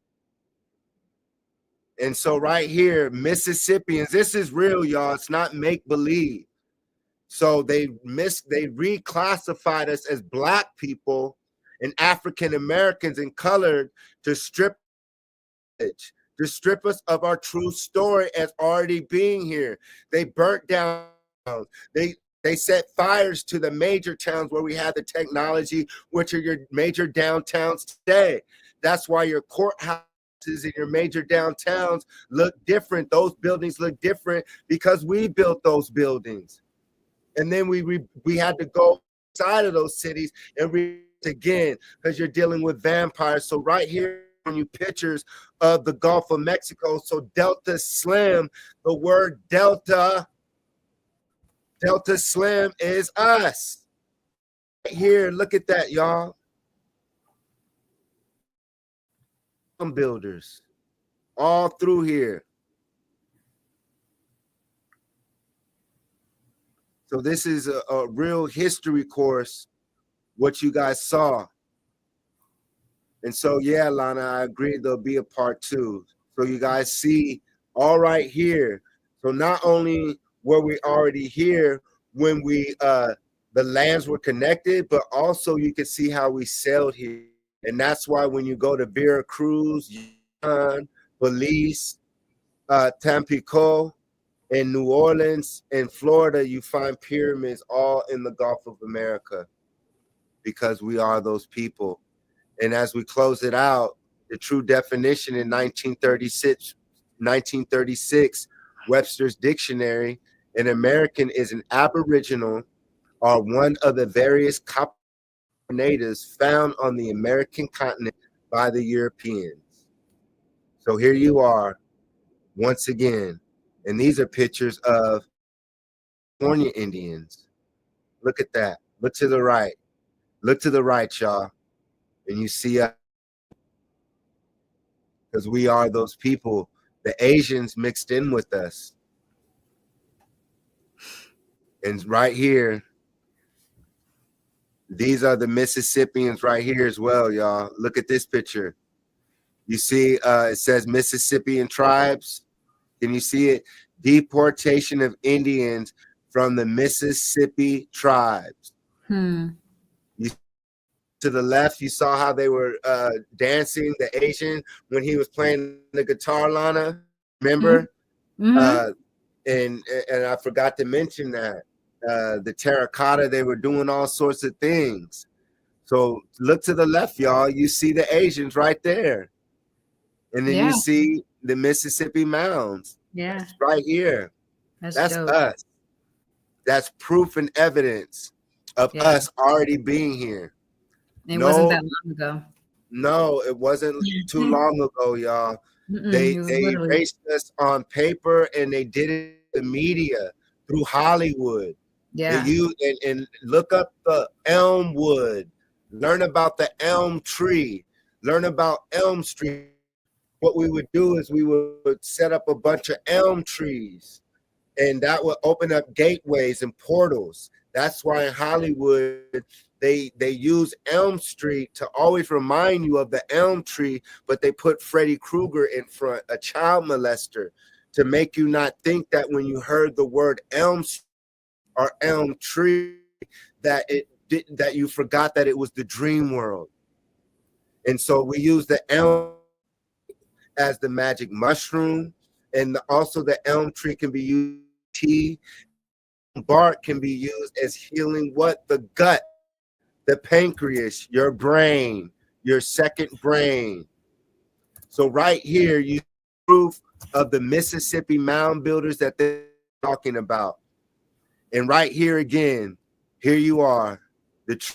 They will call Amarukans, Amoricans, Mu, the children of Mary, Tom, all in here, right here. You, the presence of you.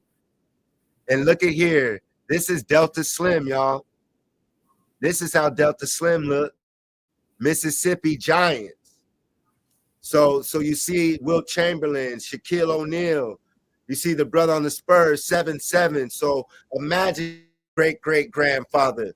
If there's brothers 7'7" now and basically 8 feet tall, how tall was his great-great? He was 10 feet tall. And so when I went to Tamaray with Ashraquazi, Egypt, Kemet, the statues of Akhenaten Titi were like 8, 12 feet tall. That's because some of us were giants. And so those of us 6'3", 6'2", 6'4", 6'5", 6'7", you from those, and then the 7 foot, 8 foot, 9 foot, 10 foot, and then the descendants of those, and then the little people. Those who are 5'5", 5'2", then you're a descendant of the Twa, who are already here in the Americas. The Twa are the pygmies. Micro kingdom. There you go, the little people. And go watch the cartoon, The Littles. They're still here. The Smurfs, the magic mushroom, the Gargamels. The ones that they demonized them too and made them sound like they were devils. Yeah, evil. Right. The Smurfs lived in the magic mushrooms. They were mushrooms, and Gargamel represented the pointed nose European, much loved the Jews. But let's not forget about the end of the movie where 60 years later, after we're gonna get to that right now. So here we go as we close it out. So the movie ends, and you guys got to stay for the credits. Yes. He goes back and he goes to the church, and you don't know what he does because he holds the guitar. His 20... dad. Remember his dad's like, he's like, drop it in the name of God, in the name of probably Jesus, in the name of God, in the Lord. Put down the blues right now, son, and say you won't ever go back, and you'll give your life to God. And he was shaking, and then it went to the credits, I believe, or to this scene with this brother right here with the scar on his face. Right, well, he was still holding. He was still holding it. He was still holding the guitar. And then 60 years later, he was in Chicago. Oh, it was Chicago? Yeah, he was in Chicago playing. It was 1992. Okay. Oh, he was in a club. He was playing the blues, showed the mark face to indicate that he was a part of, when Grace said, "Bring them in, bring it on. Let's just get this over with. Yeah, let's get it over. The hating. Let's fight this war." So we have to. That was an indication to me that as us as originals, this is it. This is the end. There's no more, passes away.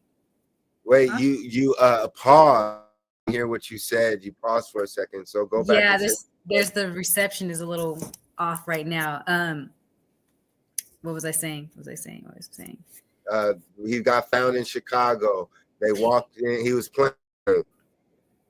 And Michael P. Jordan and the vampires showed up. Right. Remember, we thought they were all dead. So go ahead.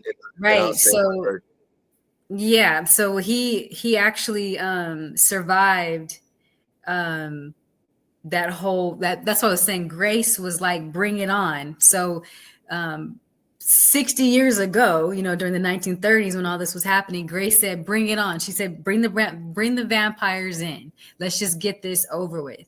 To me, that was an indication that us as originals need to get this. This is it. This is the end of us giving any more chances. No more chances. This is it. We got to fight. Otherwise, it's a wrap. We have to fight lives right now. And then when I saw Michael B. Jordan saw Annie and she had her baby, because remember they had a baby and the baby didn't make it. It's showing that we're so powerful that she transcended and she was with her baby still. And when he was transcending, he was basically going to be with his family because we never die. So 60 years later, now you have Sammy, which is the cousin. He's still in the juke joint. He's playing the blues. He's playing at the end of his show. The bouncer comes in and he goes, "Hey, Sammy, we got two people here that want to see you after the show. They have money. They're willing to pay. I think it was like $100 each or something like that. It was like $100 to $200 to give you some money to come see you." And his response to the bouncer was, "I don't mind at all." Like he didn't, it wasn't a bother for him. He didn't feel scared, threatened. It was like, I've survived. Bring them on. Whoever wants to see me, I'm ready. And so guess who walks in? Michael B. Jordan, the twin, the one that was the vampire, along with the mixed girl named Mary. And they walk in looking the same age. They did not age not one bit. And I'm pretty sure they've been eating everybody in order for them to look that young. They've been eating good. And they were dressed in the 90s. They had a 90s vibe to them, Go ahead. No, she had a Jesus chain on. I didn't notice that, but she had he had a Jesus chain on. Oh, okay. Michael P. Jordan. So interesting. For me, the sign of the A&Rs, and when the artist started wearing the chain, I said, that's a sign that you're a slave, that you got bit. Same when the brothers started tattooing their face, I knew whenever that popped up, I said, oh, you're branded, you got bit. Same with the fake teeth. When they started doing the fake teeth, they were vampires. So people started copying the fake teeth, but you were really copying celebrities whose fangs were showing and they had to get fucking fake teeth. And so that was another sign for those of us in the underworld who know about Hollywood, that the branding came with the big teeth and then the tattoos and then certain marks and then the Jesus chain as well. And then some of them were certain rings, But go ahead. That was symbolic also that the vampires, like I say, walk amongst your celebrities. That's why they show pictures of your favorite celebrities from way back in the day, and they look the same because those are vampires. Those are people, time travelers, time travelers, jumpers who get to the level to where they can get the herbs to where you can live for eternity and jump through different worlds and come back in different societies when a certain amount of people die off, pop back up. You've already mastered every instrument, mastered all these things. These are your celebrities. These are the people who control, because he was telling them, we own everything. Own the churches, we own all the stuff, so you might as well join us. That's what the vampires were trying to tell the people inside. Like, it's already done, like the bit, and people aren't going to know. And so it And was might once I'm sorry. it I was was gonna say, might I add? Might I'm sorry. Go ahead. oh no, so yeah, so and that's when they approached him, and they said that they owned his masters, they owned his music, and then they offered him another way out. He smelt them. Time you about to die, so it lets you know that they can smell you. They can smell, like when you said they ate you. They can, so when they eat you, they can get your energy. That's why I said all the so-called black people who are being abducted, they'll put you in the underground cities for the tests and stuff, because we might be in an underground city, you really don't know that. And also they eat you. And just like delicacies with certain animals, when you're eating animals, you know it. That's why you want to know if your animal was caged or not, because really when you start thinking of where it comes from, and you're like, damn, this animal was in a slaughter, this versus a free roam animal, you kind of feel better about it. Well, it's the same thing when they kidnap you. They, a lot of these people, they'll be like, oh, she was athletic, this and that, they ate this. And so when they're eating you, they know what they're eating. These, you're dealing with vampires, y'all. They literally walk amongst us. And there's so-called black vampires like Vampire and Brook, and Blade, and all these other movies. The majority of the are walking zombies if they're not bit physically. Like Lana teaches, the food, the parasites, the music, the miseducation. The majority of the people in the church, they're zombies. And that's why, once again, they tell you to drink the blood of Jesus Christ and eat his flesh, because the creators of your modern day church are vampires.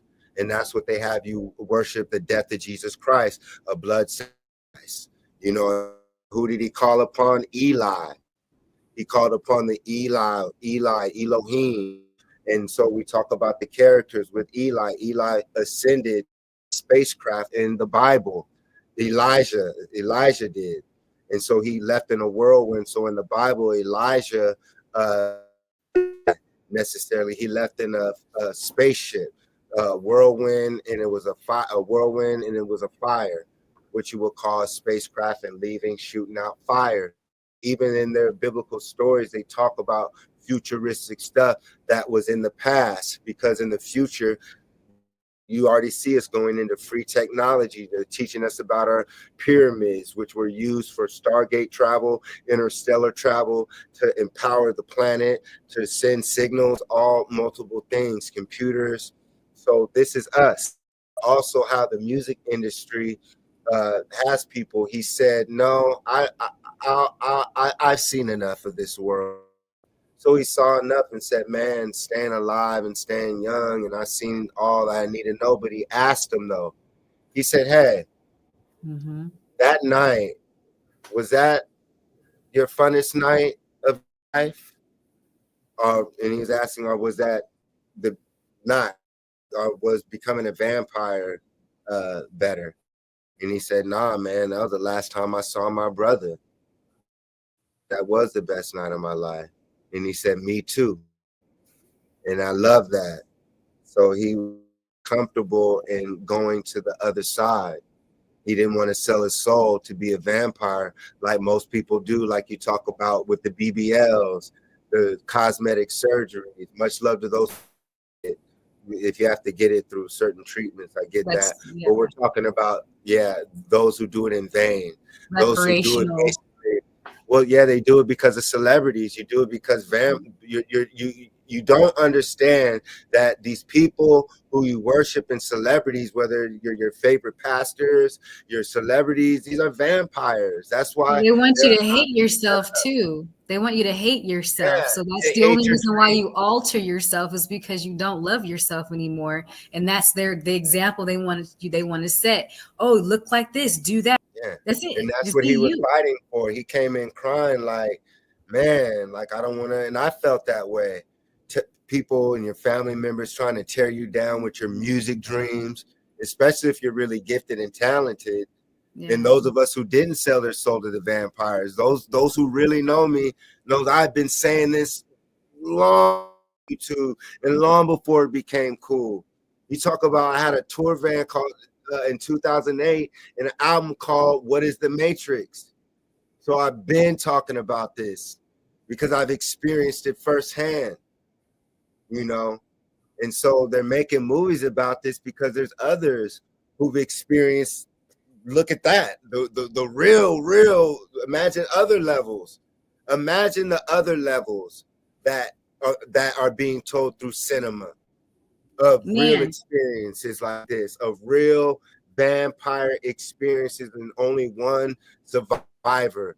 And then the fact that he came back, Michael P. Jordan, and the mixed girl that looked like Khloe Kardashian, she could blend in. So now you see a brother with a white, so you think it's a white girl, but she's one of us. So that could be symbolism of the dirty Moors, the vampires, because like I said, when he got bit in the 1930s, he became a nigga. He started talking like a pimp and started being ignorant. And so that was symbology of your modern day black person or your Moor who once bit, you become a European. You become them. And once you take that, he said that he can't be in the sunlight. They can't be around you anymore. They can only catch us at night when we're on our sometimes our high and low vibration, because the liquor can cause us to have drop your vibration. right, and then the music. So those are things that we got to build with. That's why we also build with certain psychedelics, natural. So maybe we got to learn about natural type of toxins on festivals and things versus what the gives us, because they called it fire water. So clearly liquor is allergic to black people because we're the Indians. And that they put liquor stores on every corner also because we're reptilian and dehydrate us. That's another story, right? And that's what it looks like an African marking as well, because they talked about West Africa at the beginning of the movie. So those who know about the Mandinka and certain warrior, that's like a warrior predator, those things. So that's also a warrior mark if you look at things as well. So that's Voodoo, Santeria, or Igbo. So right here with the scar on his face. So right here, you also basically see how Hollywood is controlled by vampires. Watch the movie Blade. They talk about it. So vampires do walk amongst us. And like Lana is teaching, this is it. Like Michael Jackson was teaching, this is it. You have to be vibrating on the correct frequency, because when it happens, when the mothership happens, for me, if you're not vibrating on these, if you don't know that these things exist, and you're working on this and working on yourself, you're going to fall victim to being a vampire. They're going to imprison you. They want to save you. And that's what the vampires, let me end it with that too. That's what they were saying to the girl, the mixed girl. They were saying, let me save you. Like they want to save you in the Matrix hologram. They want to save you here by making you think that this is the only reality. Because when the Europeans came, they eventually mimicked you, got next to you, you taught them the music, and they put you under a trance. They have glammed you like vampires do. And They so scan now, you. yeah, so They now scan you're you. dealing with vampires. And so that's why we say that only a few of us are living. And this is why they say when the messiahs, when we come, we up the living dead, not physically, but through this knowledge, we can wake up the dead. And that's what we're doing on this show. So start closing it out, Lana. Give us with something that you thought with the final. Wait, I didn't hear what you said. You said give you what? My Give final us thoughts? something. Yeah, final thought, and what you thought about the final scene as well, because you were saying how she was dressed and how what was your interpretation when they showed up after he in and the security guard disappeared. But was your thoughts with that meaning that they were in the record business, and they were clearly visiting him every so often. So he was watched. He had watchers. But what did you feel? He seemed protected in this movie. His symbolism was protected. It did seem like it was, for whatever reason, they did back to him. It showed 60 years later, but it did show Michael B. Jordan and the, like you said, girl Mary Chicago mob. Yeah, walking in there, kind of like still trying to check, like, hey, you know what, we can offer you eternal life. You know, it could be better than this. But he stuck with his passion, which was playing the guitar, and that was satisfying to him. It wasn't the eternal life that wasn't satisfying to him. That didn't intrigue him. It was satisfying for him to live his purpose, which is playing the guitar. And anytime he was using that, but that was what it is. I just realized it. He summons them up when he plays it. He summons them, because in the very beginning, remember I was saying his father was like, no, I don't want you playing it because of what you might bring. Like, it brings too much. You're bringing too much to the, to the surface. Wow. That's why they would play. So they always come to see what I get out of it. He's used to it. That's why he was so nonchalant. I just answered the question, because I asked you that earlier, why he was so nonchalant when the bouncer came in and said, hey, you have 2 visitors here. They're willing to give you money, because they always come with money. That's what they come with, right? The record deals. I have some currency. I have a car. I got credit card. I can make you famous. I can give you eternal life. And so that's what the symbolism for me was. And then here we have Sammy's like, no, I'm good. I have to say, though, that when that happened, he told them, he said that night was the best night. And then the sun came up. Then the sun came up. So when the sun came up, all the vampires just eventually they died because they couldn't handle it. But prior to that, at night, they were cutting up. But that's what I got from it at the very end of the movie. When they came to visit, they visit him all the time, and they offer him eternal life, and he turns it down because he'd rather play his music. Wow. I love your breakdown, Goddess. So any final thoughts of the movie, and any advice for the world as we close it out? That movie was deep. Let me tell you something. That movie had me on my edge. I usually fall asleep in the movie. I did not fall asleep. I want to go see it again because there was so much to it. And there's another, even when you're watching like the previews are going to come out next. I think Final Destination is another one. When I tell you they are rolling out what is happening, like, you have to be seriously knocked out to not see. They're telling you everything in your face. So if you're choosing, this is the separation. So there is no more straddling the fence. You got to make a decision. Either you're rocking with us or you're not. And the world is literally splitting. And it's showing you through these movies. They're rolling them out like that.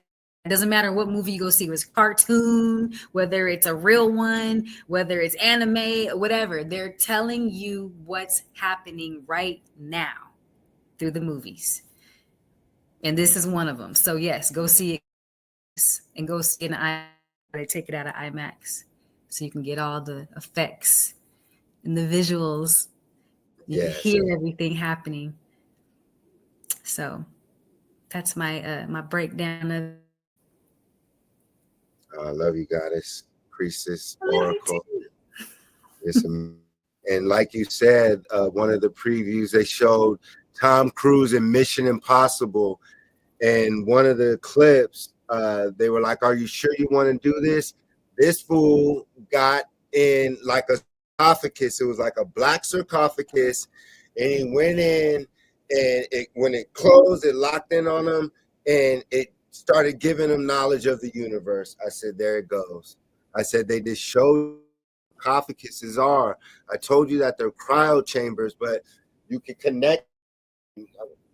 Talk about my visions, but basically you talk about high electronic machines that you were able to connect your brain to, and imagine standing in a crystalline gold, copper, and all this advanced machine, and it downloads the information of the universe in your mind. So that's why I said when we look at a lot of these ancient hats, they were devices. A lot of the with sacred geometry and crystals on them, and they would move, but that's a whole nother part. But for me, I love the movie, classic, definitely want to see it again. One of the best movies I have ever seen. It's different, new, exciting.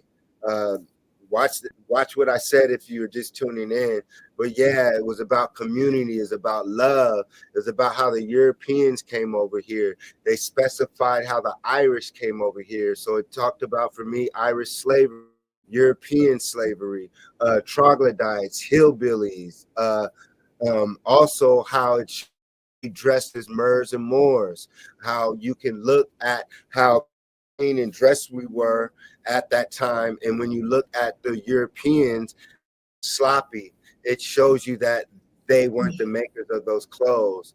This is why it's imperative for you to know your knowledge, and you'll learn that we had cities and advanced civilizations in the Americas. The fact that it talked about Mississippi, and then if you have knowledge itself, when it meant Choctaw, you learn about Black Indians and the Moors, the Moors.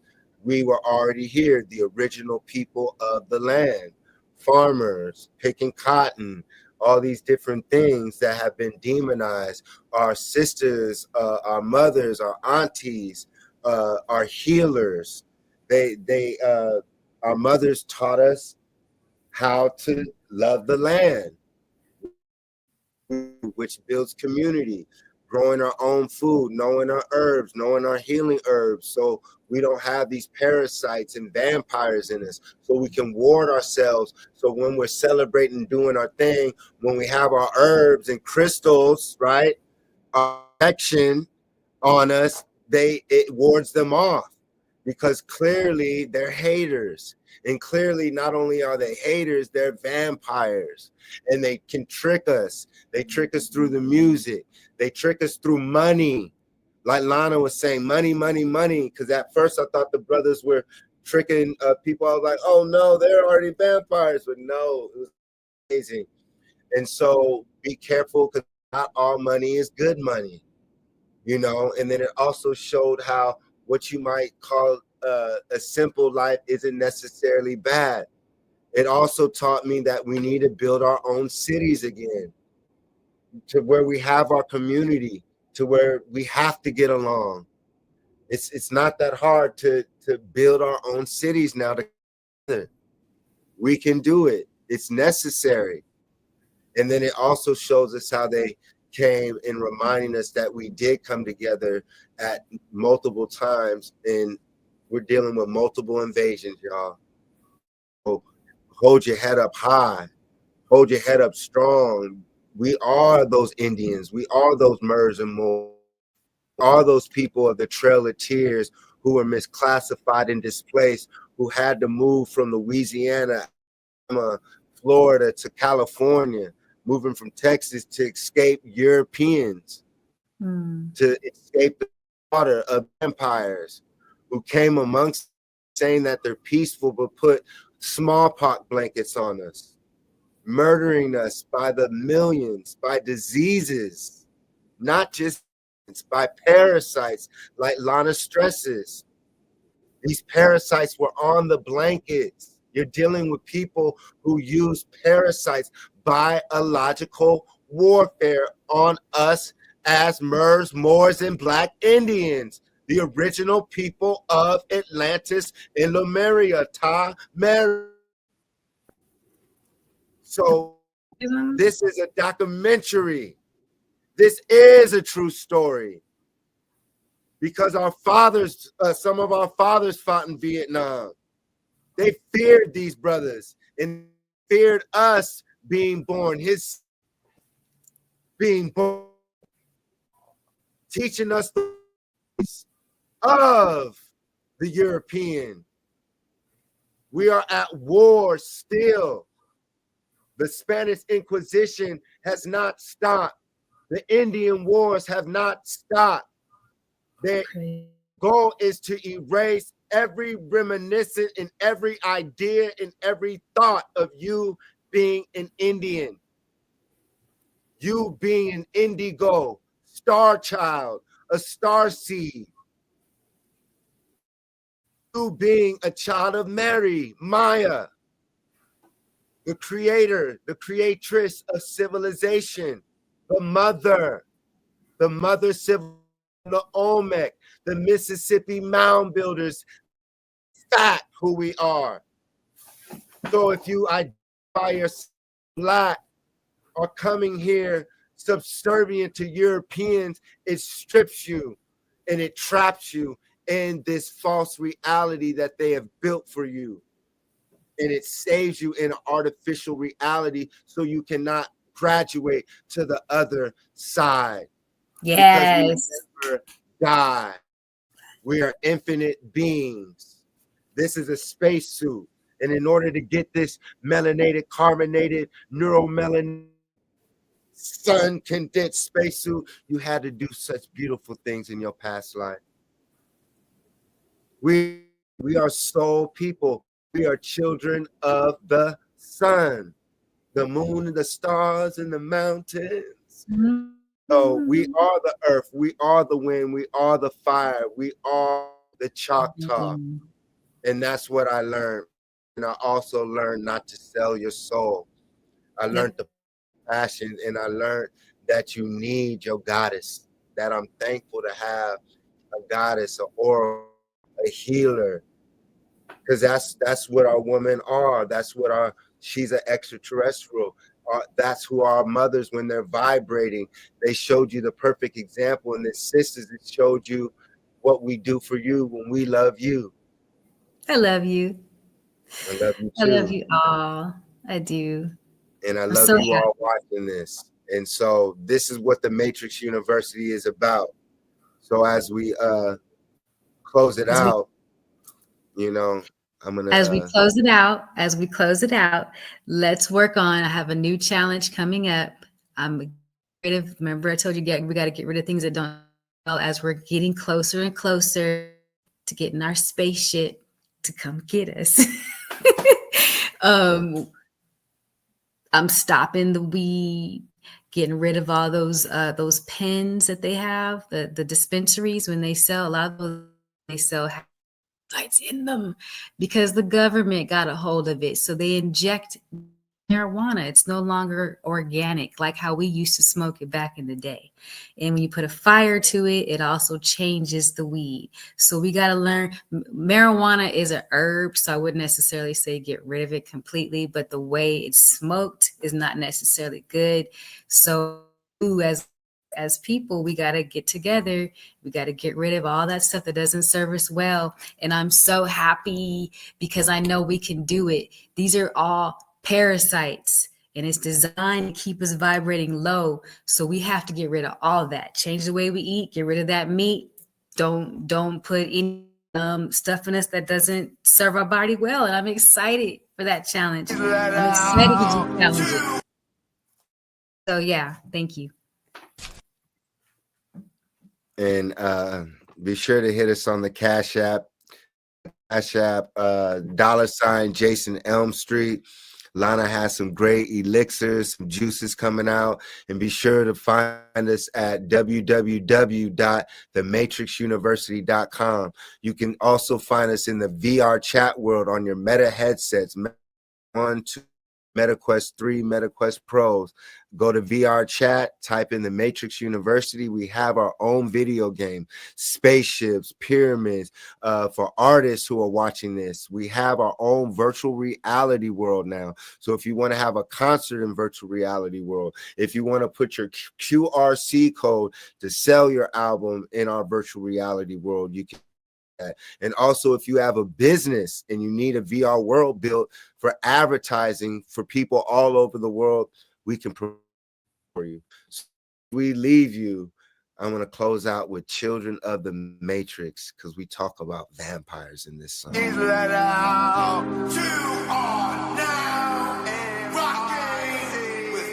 What's up, Dr. Dre?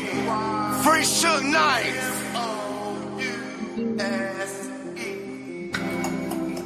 NK music on the track.